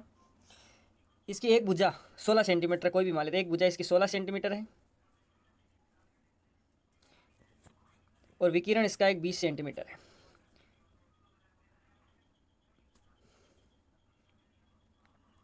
तो ये एक समकोण त्रिभुज बन गया माय डियर स्टूडेंट्स। समकोण त्रिभुज का स्क्वायर होता है, समकोण त्रिभुज का ये जो समकोण त्रिभुज है आधार लंब स्क्वायर, आधार लंब कर्ण, ये ज्ञात करने का सूत्र है। ये आधार हो गया, ये लंब हो गया, ये कर्ण हो गया। हमारे पास आधार और कर्ण है, लंब हमें ज्ञात करना है। तो इस हिसाब से हमारा हो जाएगा 20 का स्क्वायर माइनस 16 का स्क्वायर बराबर हो जाएगा 400 माइनस 256, जो कि होगा 144 अंडर रूट में, क्योंकि ये अंडर रूट में होगा, अंडर रूट में 144 होगा। तो 144 का क्यूब होता है 12, मतलब जो ये हमारा विकर्ण है इसकी संख्या हो जाएगी 12, इसका मान क्या हो जाएगा 12। और अब हमें ज्ञात करना है क्या, इसका क्षेत्रफल। तो क्षेत्रफल हो जाएगा 12 इंटू 12 गुणा 16, इसका क्षेत्रफल लंबाई इंटू चौड़ाई, 12 गुणा 16 इसका क्षेत्रफल हो जाएगा लंबाई इंटू चौड़ाई, जो कि गुणा करने पर आएगा 192 मीटर स्क्वायर। बढ़ते हैं अगले प्रश्न की तरफ। ये हो जाएगा 155वां प्रश्न। ये प्रश्न है माय डियर स्टूडेंट्स कि पिता की आयु पुत्र की आयु की 3 गुनी है। 5 वर्ष बाद पिता की आयु 2 गुनी और पुत्र की आयु 5 गुनी होगी। तो पिता पुत्र की वर्तमान आयु क्या है। एक तरफ पिता और एक तरफ पुत्र सन, कि पिता की आयु पुत्र की आयु की 3 गुनी है। अगर पुत्र की आयु x मान लेते हैं हम, तो पिता की आयु हो जाएगी 3x। और बात करें 5 वर्ष बाद की, तो दोनों में 5 5 ऐड कर देंगे हम। कि बात करें 5 वर्ष बाद की, तो 5 वर्ष बाद, 5 वर्ष क्या लिखा हुआ है, 5 वर्ष के बाद पिता की आयु का 2 गुना पुत्र की आयु का 5 गुना हो जाएगी। पिता की आयु का 2 गुना पुत्र की आयु का 5 गुना हो जाएगा। तो इसको मल्टीप्लाइड कर देते हैं हम, तो ये हो जाएगा 6x प्लस 10 बराबर 5x अपॉन 25, 5x प्लस 25। इनको एक तरफ कर लेंगे, इनको एक तरफ कर लेंगे, तो यह आ जाएगा x बराबर 15।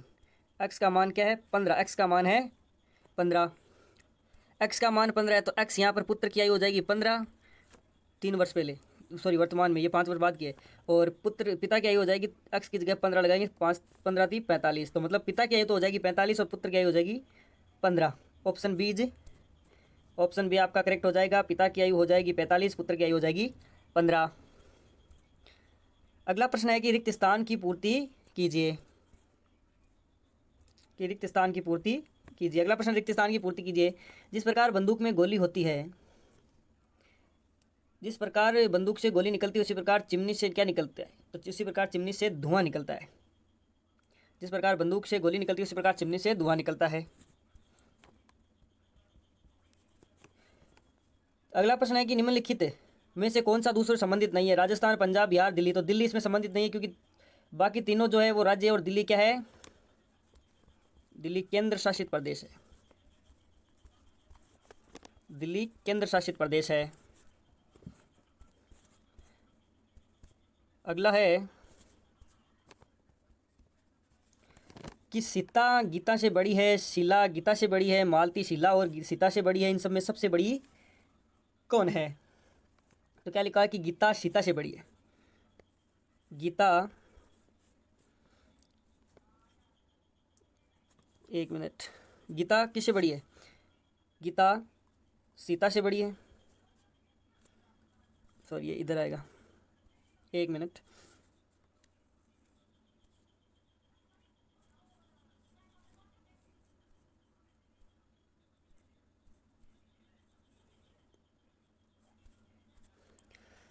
तो लिखा कि सीता गीता से बड़ी है, कि गीता सीता से बड़ी है, तो ये होगी सीता। इससे बड़ी कौन है? गीता। गीता सीता से बड़ी है। शीला गीता से बड़ी है। शीला जो है, शीला किससे बड़ी है? गीता से भी बड़ी कौन है? शीला। तो ये शीला है वो गीता से भी बड़ी है। मालती शीला और सीता से बड़ी है। मालती जो वो शीला और सीता से बड़ी कौन है? मालती। मालती शीला और सीता से भी बड़ी है। तो इन सबसे में सबसे बड़ी कौन है? तो सबसे बड़ी कौन है? सबसे बड़ी हो गई मालती। सबसे बड़ी है मालती, ऑप्शन ए सबसे बड़ी है मालती। अगला प्रश्न है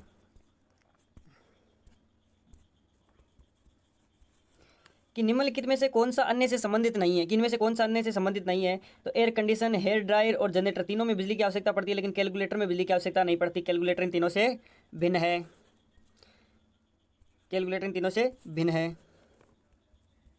अगला प्रश्न है कि एक घड़ी में अपराह्न दोपहर के 3:30 बजे हैं का समय दिखाई देता है। यदि मिनट की सुई हर घंटे में 2 मिनट आगे बढ़ती है तो सुबह के 4 बजे घड़ी कितने मिनट आगे बढ़ जाएगी? तो ये है कि इसके अंदर सुबह के दोपहर के 3:30 बजे हुए हैं और ये घड़ी सुबह के 4 AM तक की बात कर रही है। तो इसके अंदर कुल हो गए 12.5 घंटे। 12.5 घंटे हो गए कुल। एक घंटे में 2 मिनट आगे बढ़ती है ये घड़ी, तो 12 घंटे में हो जाएगी 24 मिनट आगे और 1 मिनट इस घंटे में आगे। तो कुल मिलाकर 25 मिनट ये घड़ी आगे बढ़ जाएगी। तो ये घड़ी 25 मिनट ये घड़ी आगे बढ़ेगी। ये घड़ी 25 मिनट आगे बढ़ जाएगी। नेक्स्ट प्रश्न है कि विपरीत का चयन कीजिए। ईमानदार, उचित, न्याय संगत। ईमानदार, उचित और न्याय संगत तीनों समान है, लेकिन पक्षपात पूर्ण अलग आ गया। पक्षपात पूर्ण अलग हो गया। अगला प्रश्न है कि निम्न में से कौन सा सही उपमान है? कि दवाइयों से बीमारी दूर होती है, दवाइयों से बीमारी ठीक होती है, तो पुस्तकों से क्या होता है? पुस्तकों से ज्ञान प्राप्त होता है। कि जिस प्रकार दवाई का संबंध बीमारी से, उसी प्रकार पुस्तक का संबंध ज्ञान से है। अगला प्रश्न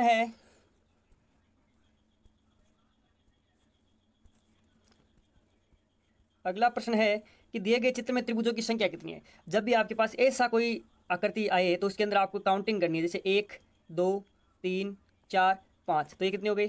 5। गुणा कर दो 2 से, उत्तर कितना आया? 10। तो यही आपका उत्तर हो जाएगा। इस त्रिभुज में, इस आकृति में 10 त्रिभुज है। अगला प्रश्न है कि यदि फुटबॉल को हॉकी, फुटबॉल को कहा जाए हॉकी, हॉकी को बास्केटबॉल, बास्केटबॉल को क्रिकेट तथा क्रिकेट को कबड्डी कहा जाए, तो ये यहाँ पर मेजर है, नहीं मेजर, तो मेजर ध्यानचंद कौन सा खेल खेलते थे? मेजर ध्यानचंद खेलते थे हॉकी, क्योंकि हॉकी के जादूगर थे। मेजर ध्यानचंद खेलते थे हॉकी, लेकिन हॉकी को बास्केटबॉल कहते हैं, तो मेजर ध्यानचंद का संबंध बास्केटबॉल से हो जाएगा। अगला प्रश्न है कि 4 वर्ष पहले अमन और भावी की औसत आयु 18 वर्ष थी। कि 4 वर्ष पहले अमन, ए पर अमन और बी पर भावी की औसत आयु कितनी थी? 18 वर्ष। मतलब 4 वर्ष पहले उन दोनों की टोटल आयु कितनी थी? तो दोनों की टोटल आयु हो जाएगी 36 वर्ष। और 36 वर्ष 4 वर्ष पहले थी, वर्तमान में इतनी, 4 वर्ष पहले इन दोनों की टोटल आयु 36 वर्ष थी, तो वर्तमान में इनकी आयु कितनी हो जाएगी? तो प्लस 4 इसके, 4 इसके, प्लस 8 और इसमें ऐड कर देंगे, तो वर्तमान में इन दोनों की आयु हो जाएगी 44 साल। इन दोनों की वर्तमान में टोटल आयु हो जाएगी 44 साल। ठीक है। और अगला क्या कह रहा है? अमन, वर्तमान में अमन, भाभी और चित्रा की औसत आयु 24 वर्ष है। इनके अंदर अगर हम अमन भाभी के अंदर अगर हम चित्रा भी जोड़ दें वर्तमान में, तो इन जो तीनों की आयु है, इन तीनों की आयु का जो औसत है अब वो 24 वर्ष है। इन तीनों की आयु का औसत कितना है? 24 वर्ष है। मतलब इन तीनों की टोटल आयु कितनी है?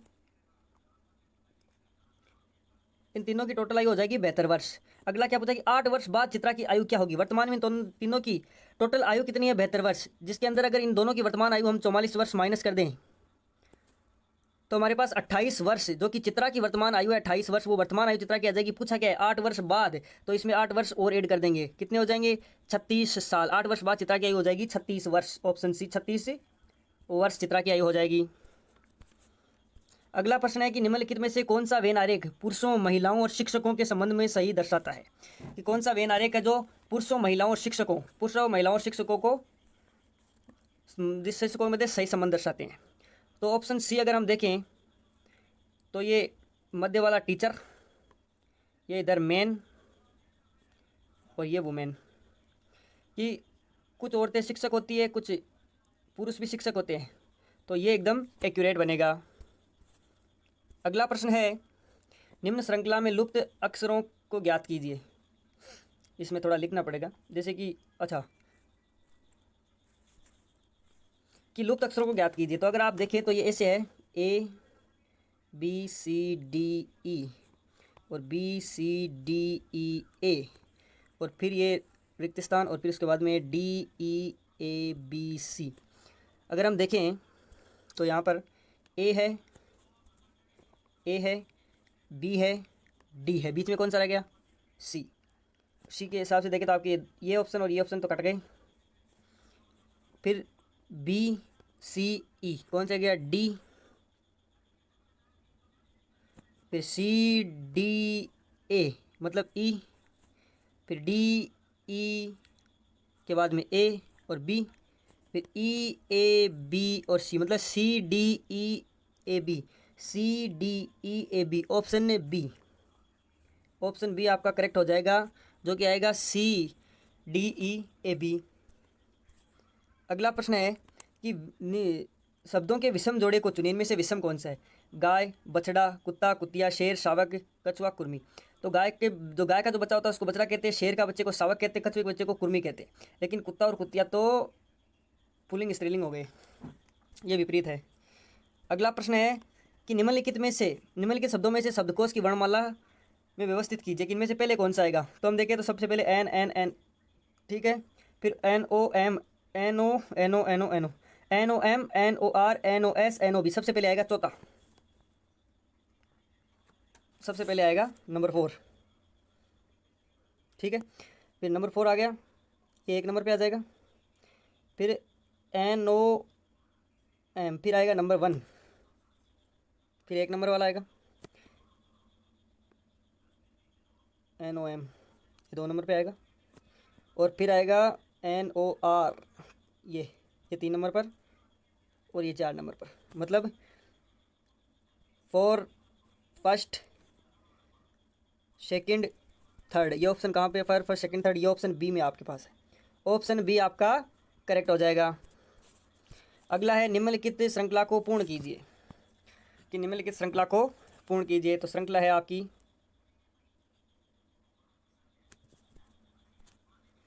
53, 40, 40, 27, 27। अगली संख्या में पूछिए। तो अगर आप देखें कि 53 को किया गुना 1 से मल्टीप्लाइड किया, फिर इसमें से 13 माइनस कर दिए, फिर 40 को 1 से मल्टीप्लाइड किया, फिर 13 माइनस कर दिए, फिर 27 को 1 से मल्टीप्लाइड किया, और अब इसमें से अगर 13 माइनस करेंगे तो हमारे पास ऑप्शन आ जाएगा 14। तो ऑप्शन 14 किस में है, ऑप्शन 14, ऑप्शन नंबर ए में है। 14 आपका उत्तर आ जाएगा, आपका उत्तर हो जाएगा 14 आंसर। अगला प्रश्न है कि एक घड़ी की सुई और मिनट की सुई के बीच का कोण ज्ञात करें जब समय 4:10 हो।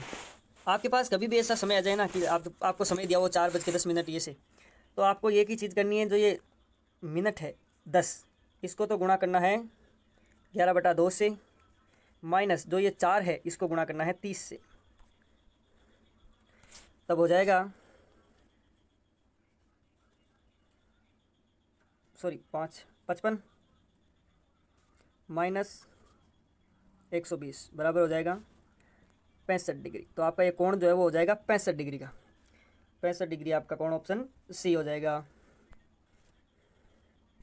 अगला प्रश्न है कि कौन सा विकल्प 4 समूह में शामिल नहीं है। नारंगी, हरा, लाल, ये तीनों एक रंग है, लेकिन रंग तो खुद एक रंग है, रंग कोई अलग रंग नहीं है, रंग एक रंग है जिसके अंदर ये तीनों ही आते हैं। अगला 173वां प्रश्न है कि निम्न में से विषम आकृति को पहचान। इनमें से विषम आकृति कौन सी है? अगर आप इन आकृतियों को ध्यान से देखें तो ये दो सेम है, ये एक अलग है, ये दो सेम है, ये एक अलग है, इसमें ये दो सेम है, ये एक अलग है, लेकिन इसमें ये तीनों ही सेम है, ये तीनों ही सेम है। इसके हिसाब से आकृति आपकी जो ये सी 3 नंबर की जो ये आकृति है ये आपकी अलग आकृति हो जाएगी। ऑप्शन सी हो जाएगा, 3 नंबर की आकृति अलग हो जाएगी। अगला प्रश्न है कि रिक्त स्थान की पूर्ति कीजिए। जूता, चप्पल।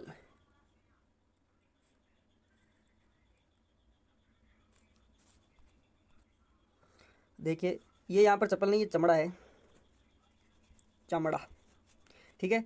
तो जूता चमड़ा, तो रबड़ किसे कि जूता बनता है चमड़े से, तो रबड़ किसे बनता है? रबड़ बनता है लैक्टेकस से। जिस प्रकार जूता बनता है चमड़े से, उसी प्रकार रबड़ बनता है लैक्टेकस से। अगला प्रश्न है कि निम्नलिखित में से कौन सी संख्या आकृति में प्रश्नवाचक चिन्ह के स्थान पर आएगी? मतलब इस प्रश्नवाचक चिन्ह के स्थान पर क्या आएगी? अगर आप गौर से देखें तो 3 के सामने 18 है, 5 के सामने 30 है, 7 के सामने 42 है और 9 के सामने प्रश्नवाचक चिन्ह है। अगर आप देखें कि 3 गुणा 6 करें तो कितना होगा? 18 होगा। 5 गुणा 6 करें तो कितना होगा? 30 होगा। और 7 गुणा 6 करें तो कितना होगा? 42 होगा। तो 3 के सामने 18 है, 6 से गुणा किया 18 आ गया। 5 के सामने 30 है, 6 से गुणा किया 30 आ गया 5 को। 7 के सामने 42 है, 6 से गुणा किया 42 आ गया। उसी प्रकार हम 9 को करेंगे 6 से गुणा, 9 को किया 6 से गुणा, तो ऑप्शन आ जाएगा 54, और यही आपका आंसर हो जाएगा। 54 ऑप्शन बी में है, 54 आपका आंसर हो जाएगा। अगला प्रश्न है, ज्ञात कीजिए कि कौन सी उत्तर आकृति मैट्रिक्स को पूर्ण करेगी। इनमें से कौन सी आकृति मैट्रिक्स को पूर्ण करेगी? अगर आप ध्यान से देखें, पहली आकृति को ध्यान से देखें तो इसके अंदर नॉर्मल अक्ष बना हुआ है, और इसको दूसरी आकृति में देखें तो इसके ऊपर इसको बॉक्स से बंद किया गया, और इसी को तीसरी आकृति में देखें तो इस बॉक्स के ऊपर एक और बॉक्स बनाया गया है।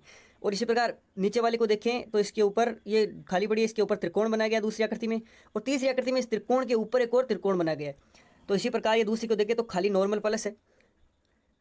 अब नॉर्मल प्लस है, इसके ऊपर हम देखें तो इसके ये तो कट जाएगा कि ये तो है ही माइनस, ये गुणा में है और ये अलग है। ये ही एक हमारे पास ऑप्शन है बचा है जो सही है, हमारा ये ऑप्शन सही हो जाएगा। ये आकृति क्वेश्चन मार्क के स्थान पर आएगी।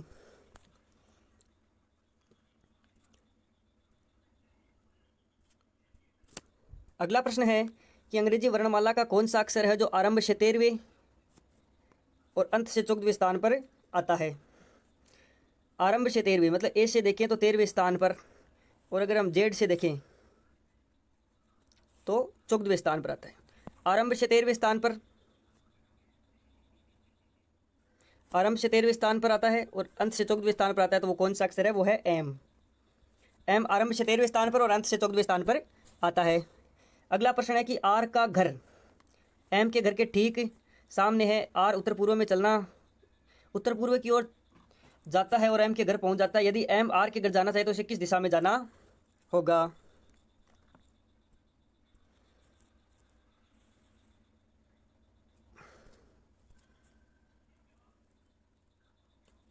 ये हो गई 4 दिशाएं,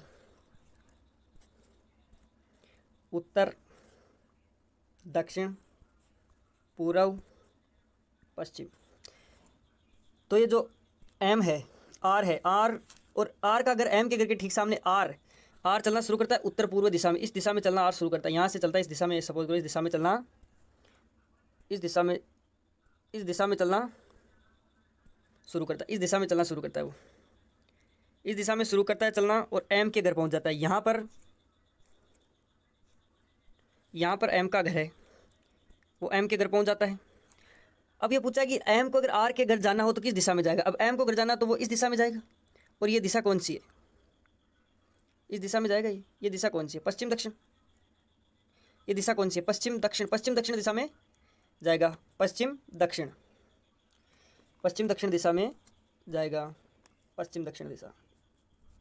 तो उत्तर हो जाएगा पश्चिम दक्षिण दिशा। अगला प्रश्न है कि एक निश्चित कूट में नेम को ये लिखा जाता है, उसी कूट में इसको क्या लिखा जाएगा? कि एक निश्चित कूट है, उसके अंदर एक निश्चित कूट में एम को MZLD लिखा जाता है, तो उसी भाषा में इस MEON को क्या लिखा जाएगा? अगर हम देखें तो एन के अंदर एक माइनस किया, फिर ए के अंदर एक माइनस किया, ए से जेड में वन माइनस, फिर एम से एल में वन माइनस, और फिर ई से डी में भी वन माइनस किया है। तो इसी तरीके से देखिए, अगर पी में हम वन माइनस करेंगे, पी में हम वन माइनस करेंगे तो ओ आ जाएगा, फिर ई में वन माइनस करेंगे तो डी आ जाएगा, फिर ओ में वन माइनस करेंगे तो एन आ जाएगा, और एन में अगर वन माइनस करेंगे तो एम आ जाएगा। तो हमारा उत्तर जो है वो हो जाएगा O D N M, O D N M, option A. Option A हो जाएगा O D N M, option A हो जाएगा ओ डी एन एम। अगला प्रश्न है,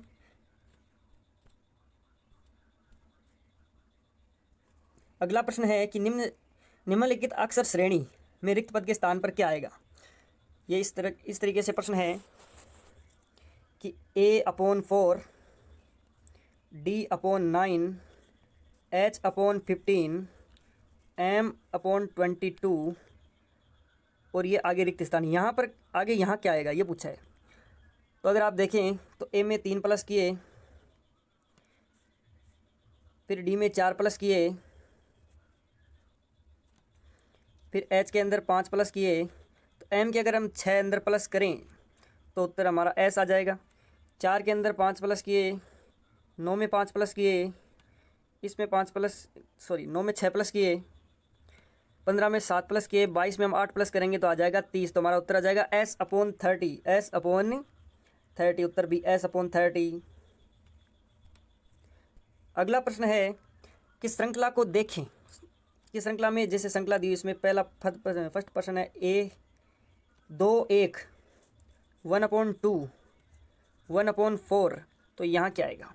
अगर आप देखें तो 2 का आधा 1 का आधा हाफ, इसका आधा 1/2 का आधा 1/4, और 1/4 का आधा हो जाएगा 1/8। हमारा ऑप्शन हो जाएगा 1/8, 1/8 हमारा ऑप्शन हो जाएगा 1/8, ऑप्शन बी 1/8, उत्तर हो जाएगा 1/8, 1/8। अगला प्रश्न है कि श्रृंखला में अगली संख्या ज्ञात कीजिए, कि श्रृंखला की अगली संख्या ज्ञात कीजिए, कि श्रृंखला में अगली संख्या ज्ञात कीजिए। तो श्रृंखला है 57 63 71 81 93।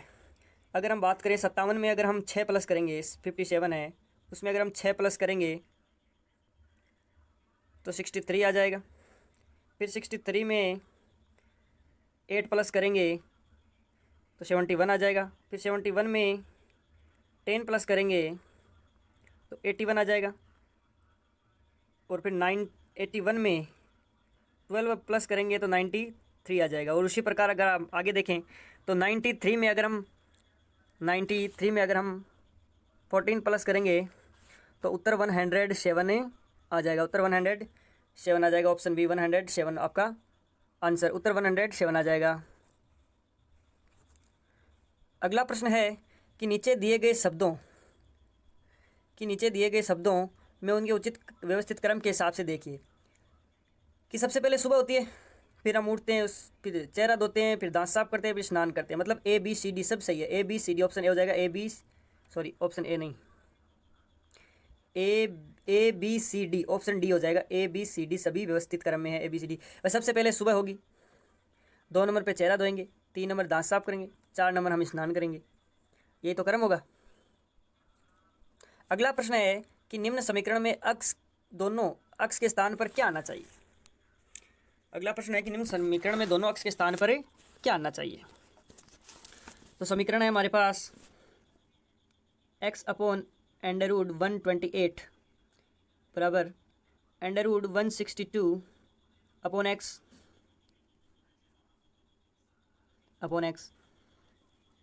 तो हम देखें तो हम वज्र गुणा इनको करेंगे दोनों तरफ, तो ये हो जाएगा x² बराबर √162 मल्टीप्लाइड बाई √128, 162 और √128 वज्र गुणा करेंगे। तो आगे हम देखें वज्र गुणा करने के बाद ये होगा इधर x²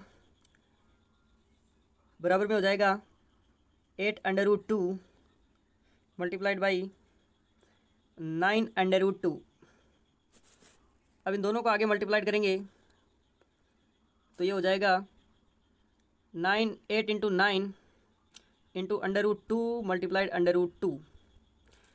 तो √2 मल्टीप्लाइड होकर हो जाएंगे 2 और ये मल्टीप्लाइड हो जाएंगे 72। इन दोनों को मल्टीप्लाइड अगर हम करेंगे तो ये हो जाएंगे 144 और इधर एक्स स्क्वायर है, इसका स्क्वायर उठाएंगे, इसके अंडर रूट लगाएंगे तो हमारे पास अंततः एक्स की जो वैल्यू है वो आ जाएगी 12 है, क्योंकि 144 का अंडर रूट मतलब 12, एक्स का वैल्यू हो जाएगी हमारे पास 12, एक्स की वैल्यू आ जाएगी ऑप्शन ए 12। अगला है कि जहाज का संबंध कप्तान से उसी प्रकार समाचार पत्र का संबंध किससे होगा? तो जहाज का संबंध कप्तान से उसी प्रकार समाचार पत्र का संबंध हो जाएगा संपादक से। कप्तान का संबंध जहाज से उसी प्रकार समाचार पत्र का संबंध हो जाएगा संपादक से। अगला है कि निम्नलिखित शब्दों को शब्दकोश के अनुसार अवरोही क्रम में व्यवस्थित करो। कि पहले तो इनमें सबसे पहले कौन आएगा? तो सी ई ए। सबसे पहले तो नंबर आएगा थर्ड सी ई ए, ये आएगा एक नंबर पे। फिर सी ई एल सी, ये आएगा 2 नंबर पे, मतलब थर्ड 4। फिर सी ई एल ए, फिर आएगा 1 नंबर। तो फिर सी ई एल आई, फिर आएगा 5 नंबर, और फिर अंतिम में बचा हुआ 2 नंबर।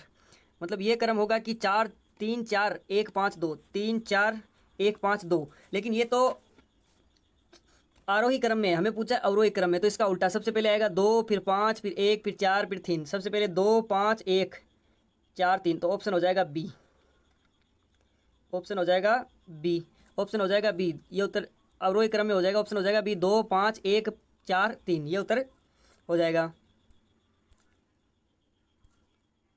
अगला प्रश्न है कि भिन्न आकृति का चयन कीजिए। अगला प्रश्न है कि भिन्न आकृति का चयन कीजिए। तो अगर आप इसमें ध्यान से देखें तो आकृति ए डी और सी जो आकृति है वो एक बंद आकृति है, इनके अंदर कुछ भी आउटसाइड में नहीं, तीनों की तीनों बंद आकृतियाँ हैं। लेकिन जो ये आकृति बी आकृति है इसके बाहर कुछ आया हुआ है, ऑप्शन आपका बी हो जाएगा। ये अलग है तीनों से, ये तीनों बंद आकृतियाँ हैं, लेकिन ये जो है वो बंद आकृति नहीं है। अगला प्रश्न है कि अन्य आकृतियों से भिन्न आकृति का चयन कीजिए। इनमें से भिन्न आकृति कौन सी है?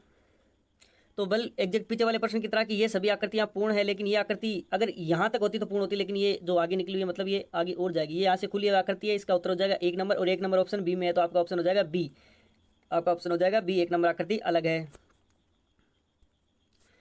अगला प्रश्न है कि आरती की माँ वरुण की बहन की बेटी है, वरुण की माँ आरती की माँ से कैसे संबंधित है?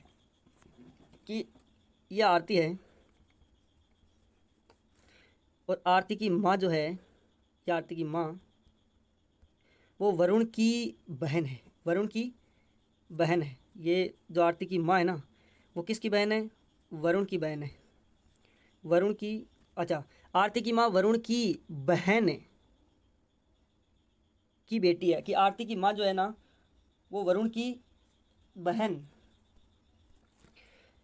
कि आरती की माँ वरुण की बहन की बेटी। आरती की माँ ये जो है, आरती की माँ वो बेटी है, आरती की माँ बेटी है, किसकी बेटी? आरती की माँ, ये माँ बेटी है किसकी? वरुण की बहन की। जो ये आरती की माँ जो है ना वो वरुण की बहन है, वरुण की बहन है आरती की माँ की माँ। तो वरुण की जो माँ है, वरुण की माँ है, वो आरती की माँ से किस प्रकार संबंधित है? तो देखो यहाँ देखते हैं हम, ये होगी ए और आरती, इसकी हो गई ये माँ, ठीक है। वरुण की, ये आरती की माँ हो गई, और इसकी जो माँ है ना आरती की माँ, ये बहन है किसकी? वरुण की।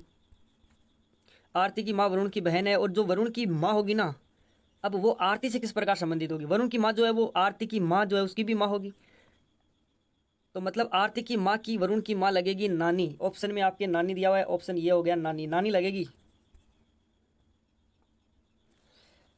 ये एक बार फिर मैं आपको समझा देता हूँ एक अलग प्रश्न पे। ये प्रश्न ऐसे है कि आरती की माँ, ये मान लो ये आरती हो गई, ये आरती हो गई, और इस आरती की माँ ये हो गई आरती की माँ। आरती की माँ जो है वो वरुण की बहन की बेटी है, वरुण की बहन, ये हो गया वरुण, और इसकी कोई बहन है, इसकी जो बहन है XYZ कोई भी हो, वो इसकी बेटी है। जो बहन है ना वरुण की, वो इसकी माँ है। जो वरुण की बहन है वो आरती की माँ है, मतलब आरती की नानी है वरुण की बहन। वरुण की बहन जो है वो आरती की नानी है। और अब जो ये वरुण की जो माँ होगी, ये वरुण की जो माँ होगी वो आरती की होगी पड़नानी। आरती की क्या होगी? पड़नानी। और आरती की माँ की होगी नानी। इस प्रकार से होगा नानी। अगला प्रश्न है कि रिक्त स्थान की पूर्ति कीजिए। व्यक्ति की जीवनी होती है, राष्ट्र का क्या होता है? इतिहास। व्यक्ति की जीवनी होती है, राष्ट्र का होता है इतिहास। अगला प्रश्न है कि 31 दिनों वाले एक महीने में तीसरा गुरुवार 16 तारीख को पड़ता है, तो महीने का आखिरी दिन क्या होगा? 31 दिन का महीना है, उसमें 16 तारीख को पड़ता है तीसरा गुरुवार। 16 तारीख को पड़ता है गुरुवार, तीसरा चौथा बाद की बात है। 16 तारीख को पड़ता है गुरुवार, मतलब शेष कितने दिन बचे? 15 दिन। 15 दिन बचे। 15 में 7 का भाग दे देते हैं, क्योंकि एक हफ्ते में 7 दिन होते हैं, तो ये एक दिन शेष बचता है। इसको इसमें जोड़ दो। गुरुवार से जस्ट अगला दिन क्या होगा? गुरुवार से जस्ट अगला दिन होगा शुक्रवार। तो जो महीने का अंतिम दिन होगा वो होगा शुक्रवार। तो वो होगा शुक्रवार, 5वां शुक्रवार हो जाएगा महीने का अंतिम दिन। अगला प्रश्न है कि राहुल और मोहन क्रमशः 5 व 9 वर्ष की आयु है, कितने वर्ष बाद उन दोनों की आयु का योग 24 हो जाएगा? वर्तमान में राहुल और सोहन, इनकी वर्तमान आयु, राहुल तो 5 वर्ष का, सोहन 9 वर्ष का, मतलब वर्तमान में दोनों 14 वर्ष के हैं। मिला दे तो योग, तो कितने वर्ष दोनों की आयु का योग 24 हो जाएगा? दोनों को हम 10 मिला दे 14 में, तो 24 हो जाएगा। 10 मतलब 5 इसकी 5 इसकी, मतलब 5 वर्ष बाद दोनों की आयु का योग जो है वो 24 हो जाएगा। 5 वर्ष बाद दोनों की आयु का योग जो है वो 24 हो जाएगा। अगला प्रश्न है कि निम्नलिखित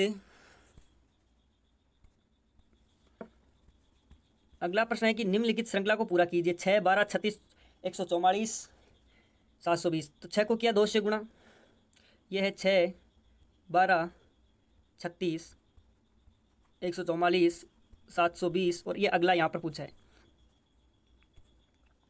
तो 6 को किया 2 से गुणा 12, 12 को किया 3 से गुणा 36, 36 को किया 4 से गुणा 144, 144 को किया 5 से गुणा 720, और 720 को हम करेंगे 6 से मल्टीप्लाइड, 6 से गुणा करेंगे 720 को, तो हमारा उत्तर आ जाएगा 4320। 4320 हमारा उत्तर आ जाएगा। तो ऑप्शन हो जाएगा ए, 4320। 4320 आंसर। अगला प्रश्न है, कथन दिया हुआ एक कि क्या एकल परिवार संयुक्त परिवार से बेहतर है? तर्क है नहीं, संयुक्त परिवार सुरक्षा सुनिश्चित करता है और काम का बोझ भी कम करता है।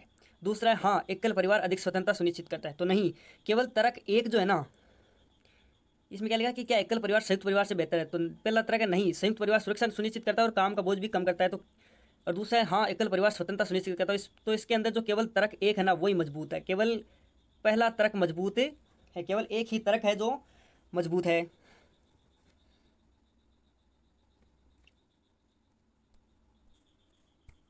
अगला प्रश्न, नहीं 1 मिनट, ये क्या कह रहा है कि नहीं, संयुक्त परिवार सुरक्षा सुनिश्चित करता है और काम का भी बोझ कम करता है। दूसरा है हाँ, एकल परिवार अधिक स्वतंत्रता सुनिश्चित करता है। तो इसके अंदर दोनों पक्ष, ऑप्शन डी हो जाएगा, ए और दोनों ही मजबूत है। ए और दोनों ही पक्ष, ए और बी दोनों ही मजबूत है।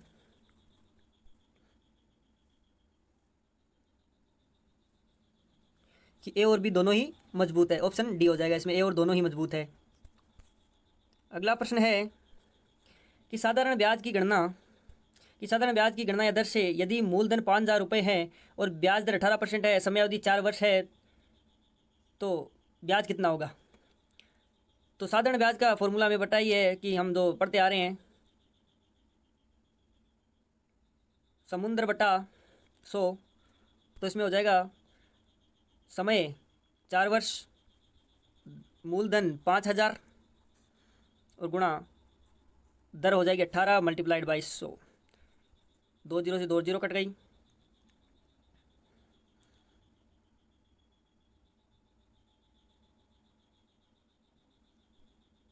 दो जीरो कट गई। 18 को 4 से गुणा किया 72 और गुणा 50, इस हिसाब से मल्टीप्लाइड किया तो उत्तर आ जाएगा 3600। तो आपका उत्तर हो जाएगा 3600, option A, 3600 is right answer. अगला प्रश्न है कि निम्नलिखित में से कौन सा अधिवर्ष लीप ईयर है? तो जिसमें पूरा 4 का भाग जाए वो लीप ईयर है, तो वो हो जाएगा 2016। 2016 लीप ईयर है। अगला प्रश्न है कोडिंग डिकोडिंग से कि DOG डॉग का कोड हो जाएगा 4157। तो उसी प्रकार से CAT केट का कोड क्या होगा? केट का कोड क्या होगा? तो D आता है 4 नंबर पर, O आता है 15 नंबर पर और G आता है 7 नंबर पर। उसी प्रकार C आएगा 3 नंबर पर, A आएगा 1 नंबर पर और T आएगा 20 नंबर पर। तो 31-20 जो है ये इसका आंसर हो जाएगा। 31-20 ऑप्शन सी। 31-20 ऑप्शन सी हो जाएगा। 31-20 ऑप्शन सी। ऑप्शन सी हो जाएगा 31-20 ऑप्शन सी। अगला है कि निम्नलिखित 4 में से कौन से 3 अंक समान है किंतु एक अंक समान नहीं है? तो 49, 331, 25, 81। अगर में देखें तो 49 7 का स्क्वायर है, 25 5 का स्क्वायर है, 81 9 का स्क्वायर है, लेकिन 331 नहीं है। ये 331 इनसे अलग है, तो 331 आपका आंसर हो जाएगा। अगला है कि कौन सा शब्द दूसरों से संबंधित नहीं है? इंच, सेंटीमीटर और गज तीनों ही मापांक है, लेकिन ओस ये अलग चीज़ है। ओस अलग चीज़ है, तो ये ओस आपका उत्तर हो जाएगा। लास्ट प्रश्न है कि निम्न में से अंग्रेजी शब्दों के वर्णानुसार व्यवस्थित करें और अंत में आने वाला शब्द बताए। जो अंत में आएगा वो शब्द बताना हमें। तो AC हो गया। इसमें ACC सबसे पहले आ जाएगा B, फिर ACH ये 2 नंबर पे आ जाएगा, फिर ACQ ये 3 नंबर पे आ जाएगा, और ये जो A नंबर वाला ACT